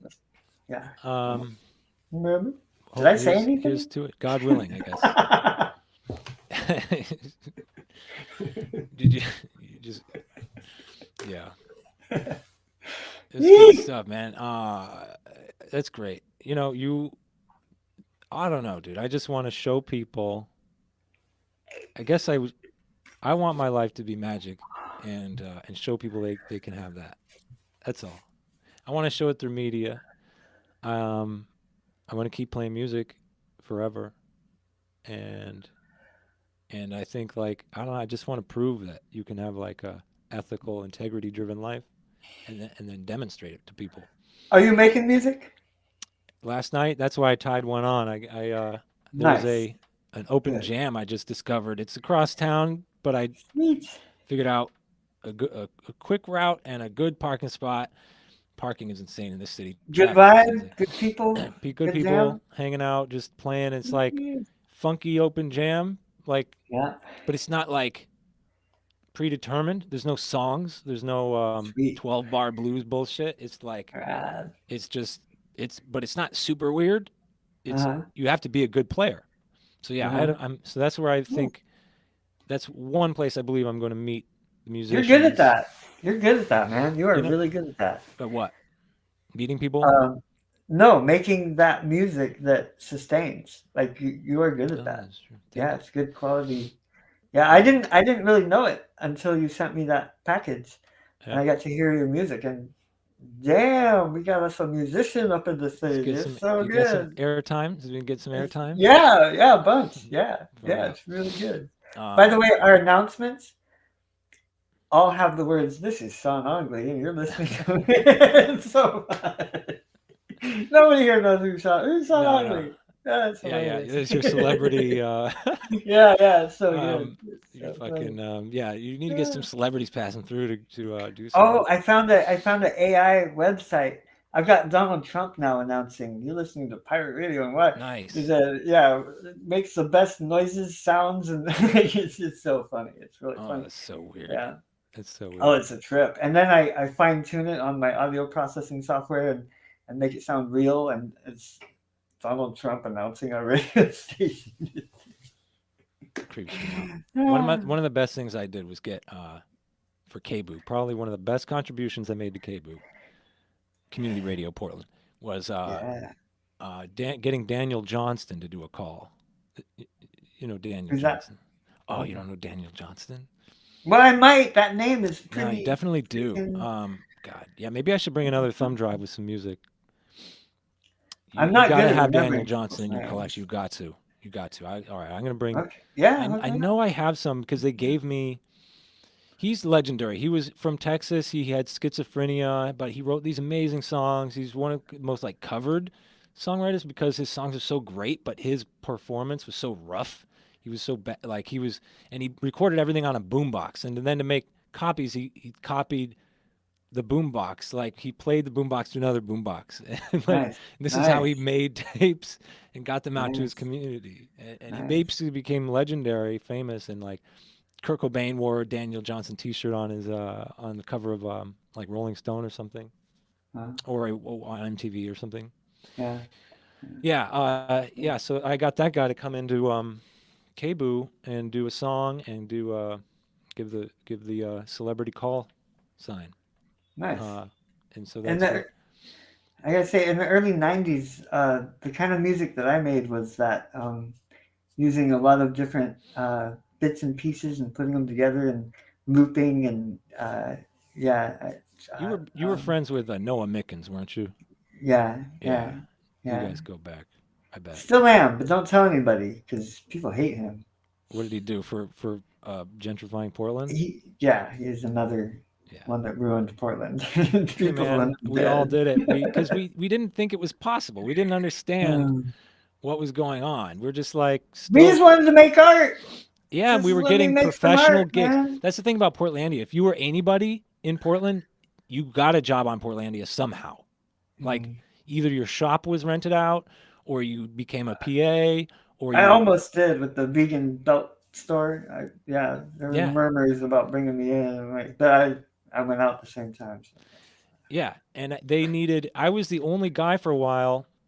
It's so Mm. funny, grandfathered in stuff like the whoever ran the Cathedral Park Jazz Fest was the only person authorized in the city to lead the construction of the tent, the fucking installation of Yeah, the what do you call it? It's just this ratty old like horrible looking canopy, but it's specifically engineered for that stage, and I was the only person that could authorize like putting it up, so they had to hire me, Portlandia, to do the Two Bananas sketch, and that was my one what? job. Yeah, That's awesome. yeah. So it's funny how that is. Like, not even the city knew how to do their own city stage. and we were responsible for keeping the tools. It's just So funny you how like know, government can be anarchistic like that. That was a good example of like here's an official situation that is actually in the hands of a individual. That's weird. when I was a kid, we would say all Portland needs is a catastrophic, devastating event like a big fire or earthquake. That's all it needs to put it on the map. Just some major destruction, and then we came along, and Portland. We were the earthquake. Yeah. Yeah, but it was an amazing time and place. Like I got to most of my work was anonymous. I, I have to say, uh, I did a lot of stuff because it was a playground. You just go out and play. Like there were so many art places where you go get your hands in it. You know, you go pick up instruments and start playing music, like kung fu, martial arts. Uh, there were so many places where, like the underground of Portland, the subterranean part of Portland, every night there was something going on. And you just dig your way down there and find what it is, go toward the beach. And, you know, in the dark, you like run your hands over a little box with a dial on it and you start tweaking that thing. And, you know, the whole room is pulsing and moving and there's smoke and steam and fog and fire and woo! I loved it. And so yeah, it Yeah. was that's what we did. It was a beautiful thing. It, Loved it. it was such an unusual place because it's I used to landlocked. There's throat no sing. other there's no Ah, you have to go so can't do far that. to get to a big city. Seattle is a long drive, dude. If you're in Philly, it's less than 2 hours to New York City, Baltimore, Washington D.C. It's like the same distance to get to Pittsburgh.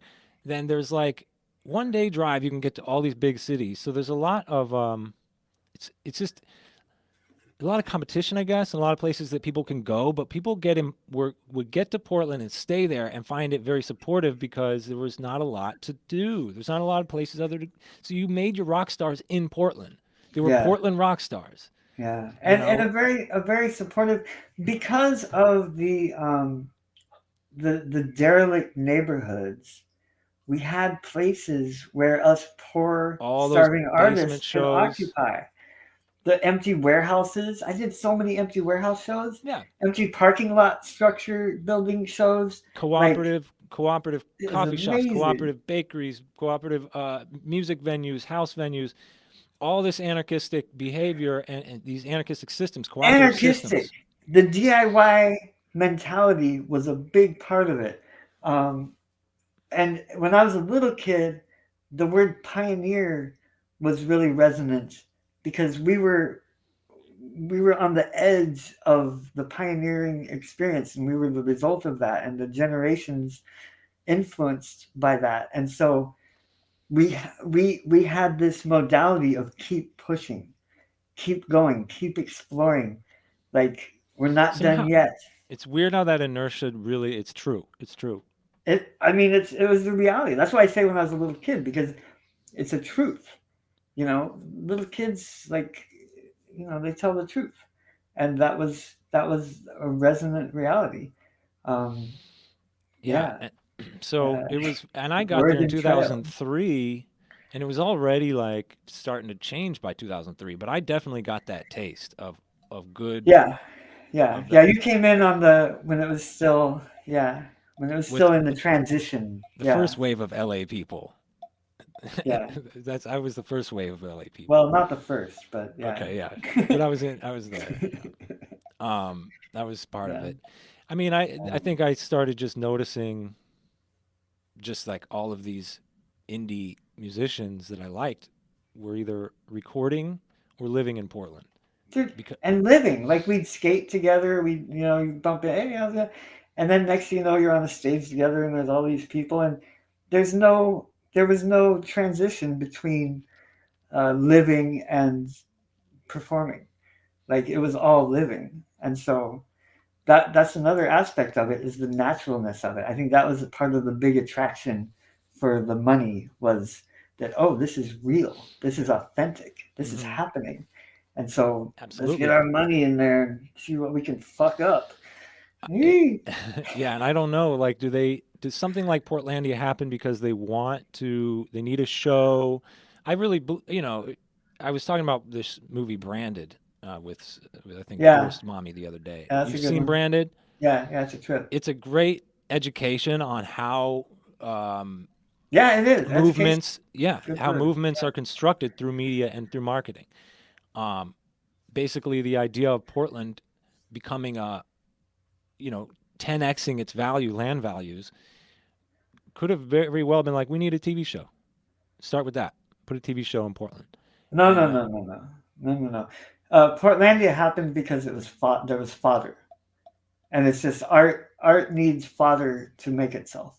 It needs material, and Portland was just ripe with material because of the yeah, progressive nature of it, the progressive quality of Portland, the pioneering aspect of pushing boundaries. That's progressivism. Like the progression is what in Taoism they say if you sharpen the blade too much, you blunt it. Like you just kept going and going and progressing, and now progressing is like, what are you doing? You're mm, killing yourself. Yeah, you becomes can only poison. progress so much. It becomes poison! Yay! Right. Oh, Yeah, it was like, yeah, it becomes commodified DIY. yeah, Commodified DIY. yeah, yeah. And now you can't escape the colonial goings on in that town. It's you can't without hitting it with your elbows. Like I'm glad I got out when I did. And I you know really what, am. man? Like, Philly seems to be the perfect home for Held.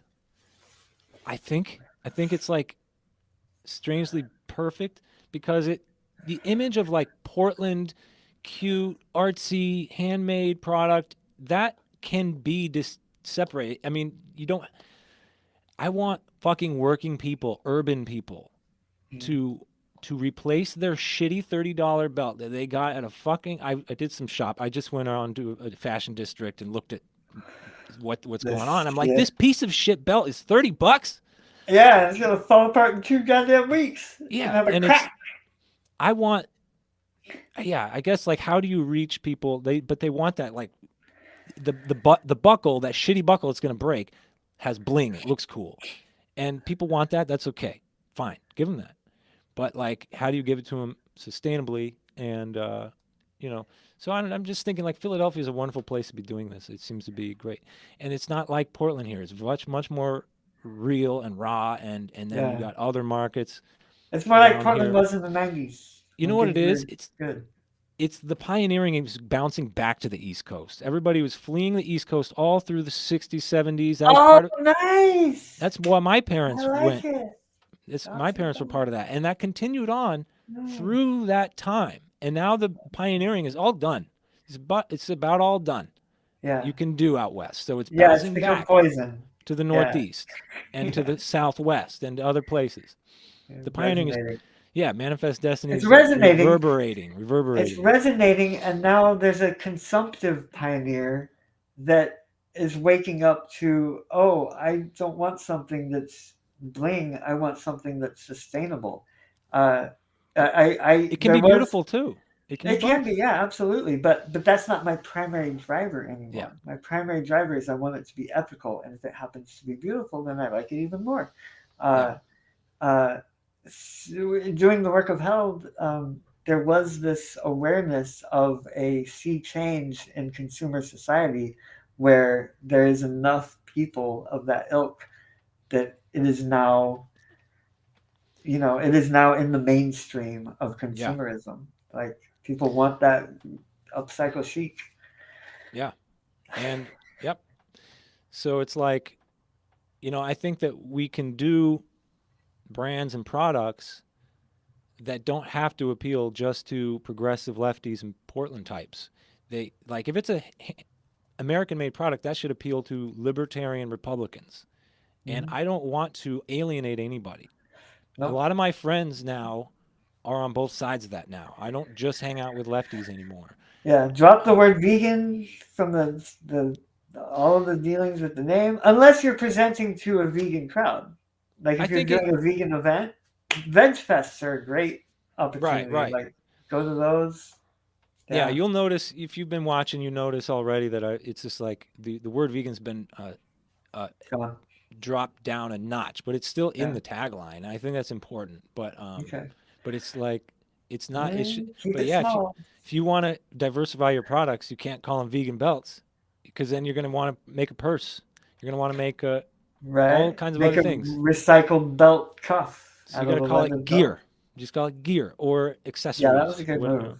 That was a good move. you did that? You already had it. Yeah. Like half of your Yeah. sites were already called held gear. Yeah. But I'm just Yeah. trying to. I've just been making it consistent so that when people uh, Cool. there's been it's been very quiet and I've just kind of been waiting for this video to come around and Do you then know why the name held? by Have the you way been asked that? thank you. Oh, no, that's a great question. What are you Thank thanking you me for for? asking I it. want that too. Why did you name held? Okay, fine. Um, they're durable. Because it held. I've That's been it. having these like ads in my head. That's it. I have a really horrible ad. I'm not even gonna. We'll do it off air. I'll tell you. Ah, good, But good, good. but yeah, it held. That's Yeah. what I keep thinking of, like ads that end with it held. Like And I also created the like font. I created the font for the holes that you put the buckle in. That's what the font comes from. They're circular. It's four holes that uh-huh. say held, Mm-hmm. and it's the holes in the belt where you put the belt pokey thing in. You You know what I mean? drew that? Yeah. That you used a grommet to No, draw no. I created the font with the inspiration was the holes the that you see on every belt. oh, You know, those that series of that's a trick. holes. They're spaced apart a certain distance and a I certain definitely noticed that scale. like behind you the circles just in a line. Yeah, I definitely noticed that that was the design, but I didn't think of it as a yeah, that makes sense. yeah, Uh yeah. you could go even further. Held Yeah. is durable. Like keep it basic, keep it simple. Yeah, It's there's relevancy to the past tense too in today's urban parlance. Uh it's like I listened to a show called Hotep's Ben Told You. It's like there's this past tense to that's like hip language today. Um, oh, so I yeah. think it's What's actually a the nicely positioned name for today's culture, actually. he held And on himself. you held, and now let's see Himself. if I can hold it, and if I can be held. We got to, yeah, but you're right. We haven't crossed the bridge yet. We're just standing at the foot, imagining and Yes, talking about what's on the other side. yes. Experiential engagement is something I really dig, and so that yeah, that jives with the past tense. You know what? Yeah, You know what's great too? Like if you get because I used to sell booths at the festivals, not at No Fest. No Fest was so anarchistic. We did not raise any money. There was no revenue. but we There was had a only, damn good time. but what we That did was so was fun. what we did is we didn't also have any real liabilities. Like we didn't because everything was in a like indoor venues. We didn't ever need to get porta potties and that kind of shit. But for Cathedral Park Jazz Fest, yes, this was a more traditional festival model where I sold food booths and sold merch booths Yeah, yeah, and yeah. I'm pretty sure that I asked you to do it, but you probably couldn't or whatever. God, I I can't did, believe I didn't. I did. Did you But do what? the Jazz Fest? No, I did the. I was too busted up for the Jazz Fest, but I did the No Fest by hosting a paper mache mask making party in my neighborhood, a few blocks down Syracuse, and had the neighbors come, and we all made masks, and then went to No Fest wearing these uh, anonymizing masks and partied down. It was so much Okay, fun. cool. Yeah, So I we don't had an remember that. exchanging, relationship dialogue experience. Yeah, it was really One of cool. these days, I need to It's be a historian and try to get everybody's pictures of their No Fest experiences and stuff like that. good Oh my luck. God. Good Woo! I luck. know, I know. Oh man. I have so much I want to do. It's fucking ridiculous. This life is not going to be long enough. I'm telling you. Go forward, and keep working on Yeah. what you're working on, and make new experiences and new festivals. And Aho is Oh, dying for a festival. but what I was Uh, going to say. Oh yeah, yeah. I would. Yeah. You know that yeah. I feel like I keep dreaming of doing festivals. But what I was going to say is what I'm excited about is like KBOO. Also, I used to do the Blues Fest as a doing the remote broadcast. Hmm. You get into these festivals with a booth. It's better than buying a ticket, Oh but heck yeah. because then you make money while you're there. It costs you up front, but then you make money. Hopefully, that's how it's supposed to be in theory. That's why people Yeah. buy these booths. And If for me, people they were charge cheap. too We sold much, them cheap at Jazz Fest. They were that's fucking. what you got to do. It was like a That's what you got hundred to. bucks. I think it was like $100 for 3 days. You got to have a booth at Jazz Fest for Yeah, don't thousands count of on the people. booths for your money making. Yeah. Oh really? It's more Oh, about for sure. marketing to you. Oh, you do count on the booth for money making. No, no, Don't. no, no. For sustainability, the boost. But for the money making is the relationships and the contacts and the future engagements and all that kind of But stuff. you want to make more money than you spend at the booth. But some people just spend Yeah, it for the marketing. sustainability. You Okay, want to gotcha, gotcha, sustain gotcha, and be gotcha. able to reinvest and sustain. But Oh then yeah, for the money making, uh, go other places. Like I'm just the excited that the it's like a good excuse to go to festivals that I can't afford the tickets for, and then like you yeah, know, yeah, that's totally. what I'm saying. Like, there's a The lot of the fun to be had in this project. but listen to this. The Yeah, go belt ahead. I'm sorry. running the belt company is going to put you back into festivals because you're going to Right, be it's this net you're going to be glued into that network of people that you need to to and do right the on thing. time, dude. And Summer's right here. Summer's just coming well, right up. yeah, yeah, you got a pop-up tent. Shit. You gotta get a Yeah, pop-up I'll tent. figure that You out. gotta get a pop-up tent. 10 feet by 10 feet is the main Figure it one. out. Yeah, uh I got a yeah. table. I have a table, Nice, but yeah, nice, get nice. like an eighty Cool. dollar tent. Some of these you rent the booth and they provide a tent. Other times they just give you the space. You know, Yeah, Uh, yeah. Sometimes it's just usually a I think they table. just give you the space. Swap meets. You ever just do swap meets? Oh yeah, yeah, Yeah. for sure. Yeah, yeah. Anything and everything. We would do it. No thing. Like we would just set up, somewhere where, we were instructed by the, whatever. This is the place. Just go set up and make relationships and have fun, and then down the line is where, uh, I don't know. I just things just have a way of really working out, and um, I think you're going to have a good time, and it's going to lead to greater fulfillment. It's going to open doors and avenues that you didn't even know existed. It's going to be a whole new thing.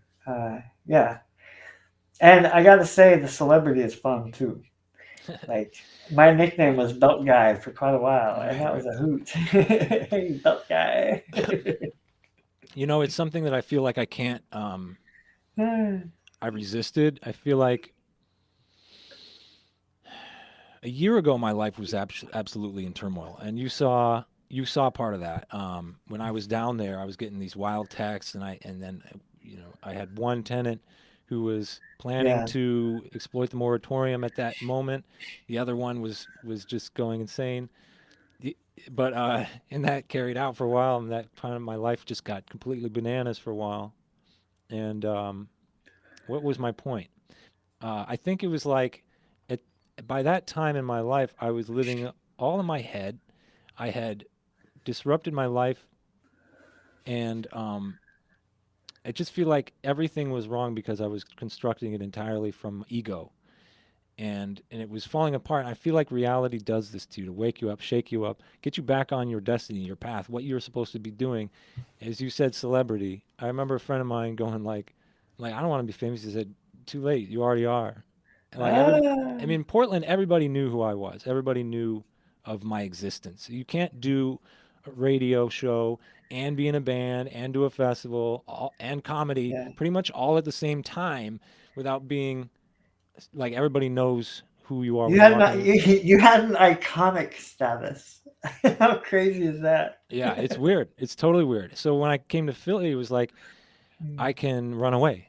I can run away from that. Even in Portland, I ran away from that, Yeah. and I think that like I'm not supposed to. I'm supposed to actually buck up, be brave, and put myself up front in this life. And it's tough. If It's scary. if I do go back into my main work, which is producing art on stage, um, I will do it anonymously. Because twice um, I let ambition destroy me and the people around me. And the first time I learned, like I was like, oh dear, because I was sober and clear minded and in a learning, engaging process. And I learned not to let that happen again. And then it happened again, like a Yeah. decade later. How does this Uh, ego just oh reform man, itself so easily?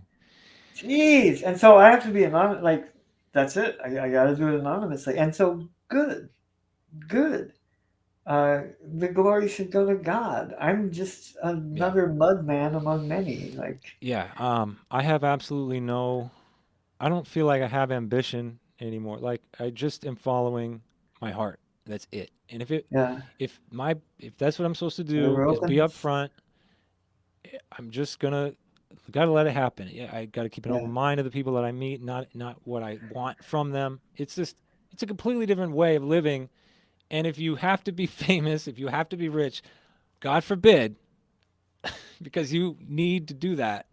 It's like it's trippy, dude. It's like no, I'm not saying that that's my thing, but like that's what my destiny is. But I don't know what it is. But when I lose, for example, I was losing sleep until I started doing live streams. I was struggling with sleep. Then I started doing live streams, and something voice inside me said, "You got to do live streams." And I started doing it, and I started getting better sleep.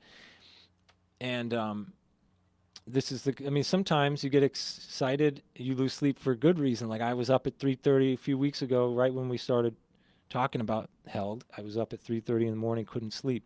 So yeah, I the excitement. brewed Yeah, coffee and started working on the business plan, doing yeah, research and shit. yeah, yeah. There is that innate natural quality that you and I have of needing to expose ourselves in vulnerable ways, like entertainment. Um, Yeah, it's I real. just want to throw out the caveat: uh, beware of questions and questioning, because that is a generator of violence. Um, questions uh, generate vacuum, uh, and vacuum has a point to it that's intense. Like there's an intense focus um, to every question, and that uh, that moves and creates disturbances and perturbations, and and you don't know the consequences of those Ah, things, that's and that's where uh, veering off path begins, is with questions. And so, interesting. yeah, you're right. Be good with the way it is, and be grateful for the way it is, because that's good enough. Like that's perfect, actually. Any more, blunt the edge, cause the poison. Yeah, yeah. Is it time to go? We Holy shit! Is that two 2 hours? 2 hours 8 minutes 30 seconds. Damn, this was only supposed to be an hour. What did you do to me? Well, Oh, I was started to wrap it up, and you're like, oh, "This is too infomercial." So, so oh, we talked about art, oh, talked about dang. anarchism. We got that out of our Uh, souls, which I think we needed to do. Then we needed that context yeah, for this yeah. talk, so it's not just about the brand. Okay, good. Yeah, good. But we can do these again, and I'm excited to be down there in Y in less than a week, or yeah, about Should I less should than I a week. spread this? Because pimping it out before we did it, I wanted the live engagements and comments and stuff, and so that's why I was telling people about it. Oh, Is there any reason to put it out there now? of After? course, of course. I Yeah. mean, I'm Okay. yeah, of course. All right. I'll do Yeah, that. uh, Okay. people get your friends to buy a belt, man. Oh yeah, and check out this cool filter. Everybody should have a high tech filter like this. What That's the me. heck? How did you do that? Because I watched the thing slipping. All of a sudden, you touched it in it. What? Isn't What did it you just great? do? Ah! It's a Yeah. piece of clear red plastic with tape on it. But Beautiful. before you were sliding it. Oh, Oh, I like how every now and then the tape comes loose and it goes up, yeah. and it makes that really cool blue and red transition. I Oh, I love it. see what's up. Yeah. And my blue eyes just glow in that transition. It's pretty My neat. my ears are starting to hurt from the Yeah, good. headphones. I gotta go pee really bad. Not I really bad. probably have to But as can well. you check it out? Wow, look at that. That's cool. Did I do Okay. enough psychedelics when I was younger? I don't know. Uh, I'm glad I Oh, waited wrapping till it a up. little later. Glad I Wrapping it waited. up. Well, that's it. So thank you. Do you like to be? Do you prefer going by twin now all the time, or what is your preference Yes, for the world? twin. Twin is anonymous and reflective of itself. Like I don't need anything more than that. Glory to God. Not twin. And Twin. is this your radio name, DJ Fat Lips? Uh Today, DJ Fat Lips Houlihan. Yeah, I like it because It's my your. mouth is all fucked up and it sounds funny, and I want to Oh, have fun okay. with it instead of Okay. oh my mouth is broken. I I've see. done This that way too much. this was So your. It was therapeutic to make fun of yourself in the it's in the. funny. It's Okay. funny. Do you get the Hot Lips Houlihan reference? Like I it's so don't. good, and it's Fat female, Lips. and I'm a male. It's so Who's Houlihan? Hot Lips Houlihan, dude. My generation. What is? Wait, I keep Hot Lips forgetting that Houlihan? I'm not young. I keep forgetting that I'm not young Yeah, because me I too. feel the Me same too. age I've always felt. Uh, Yeah. Hot Lips Houlihan is the female character on MASH that Mm, was the leading female character, Hot mm, Lips Houlihan. mm. And so Fat Lips, oh, there it goes. That's There it me. goes again. Woo. There's Yeah. there's All you know right. what's happening? It's like a heat cycle. It seems to warm up and then curl up and then it cools down and falls down or something. I think it's just more about dust and adhesive surface area. I think that's more of what it's about. Oils and dust and Well, so you are adhesive. manually putting it back down every time. It's a little piece of tape. There you go. I thought you had like some big like sheet of transparent plastic. It's magic, goddammit. Okay. Yeah, I didn't know Getting hot. Hot Lips Houlihan. I didn't know about Woo. that. So there you go, Yeah, folks. That's I'm only 39 don't years usually old, wear a but tank I top didn't outside. remember the MASH reference. Yeah. I so anyway, Twin Balance, Y And next time Radio. I'll have a different radio name, DJ name. Yeah, If and you are transition. in Y, can somebody just drop by, say hi to you? Yeah, people who watch this and stick through to this point will be Are people that are welcome here. Yeah, come by, come in the winter and enjoy a break from up there and yeah. camp out. And I got a kitchen that everything here is common space to be shared. So be respectful and don't leave a mess. Don't leave your stuff. Put the stuff in your private room with your locking door or your cabin or your hut or your RV or your tent or whatever. Um, did you get Woo! that? What was that? Sonic Boom. Sonic Boom. Be ready for Sonic Booms. I've never heard of Sonic Boom while I'm down there. The whole Zero. house just bent, man. That was wild. Cool. But it's a regular thing out here. We have people coming through the property and needing shelter and food and water who are crossing up from Mexico.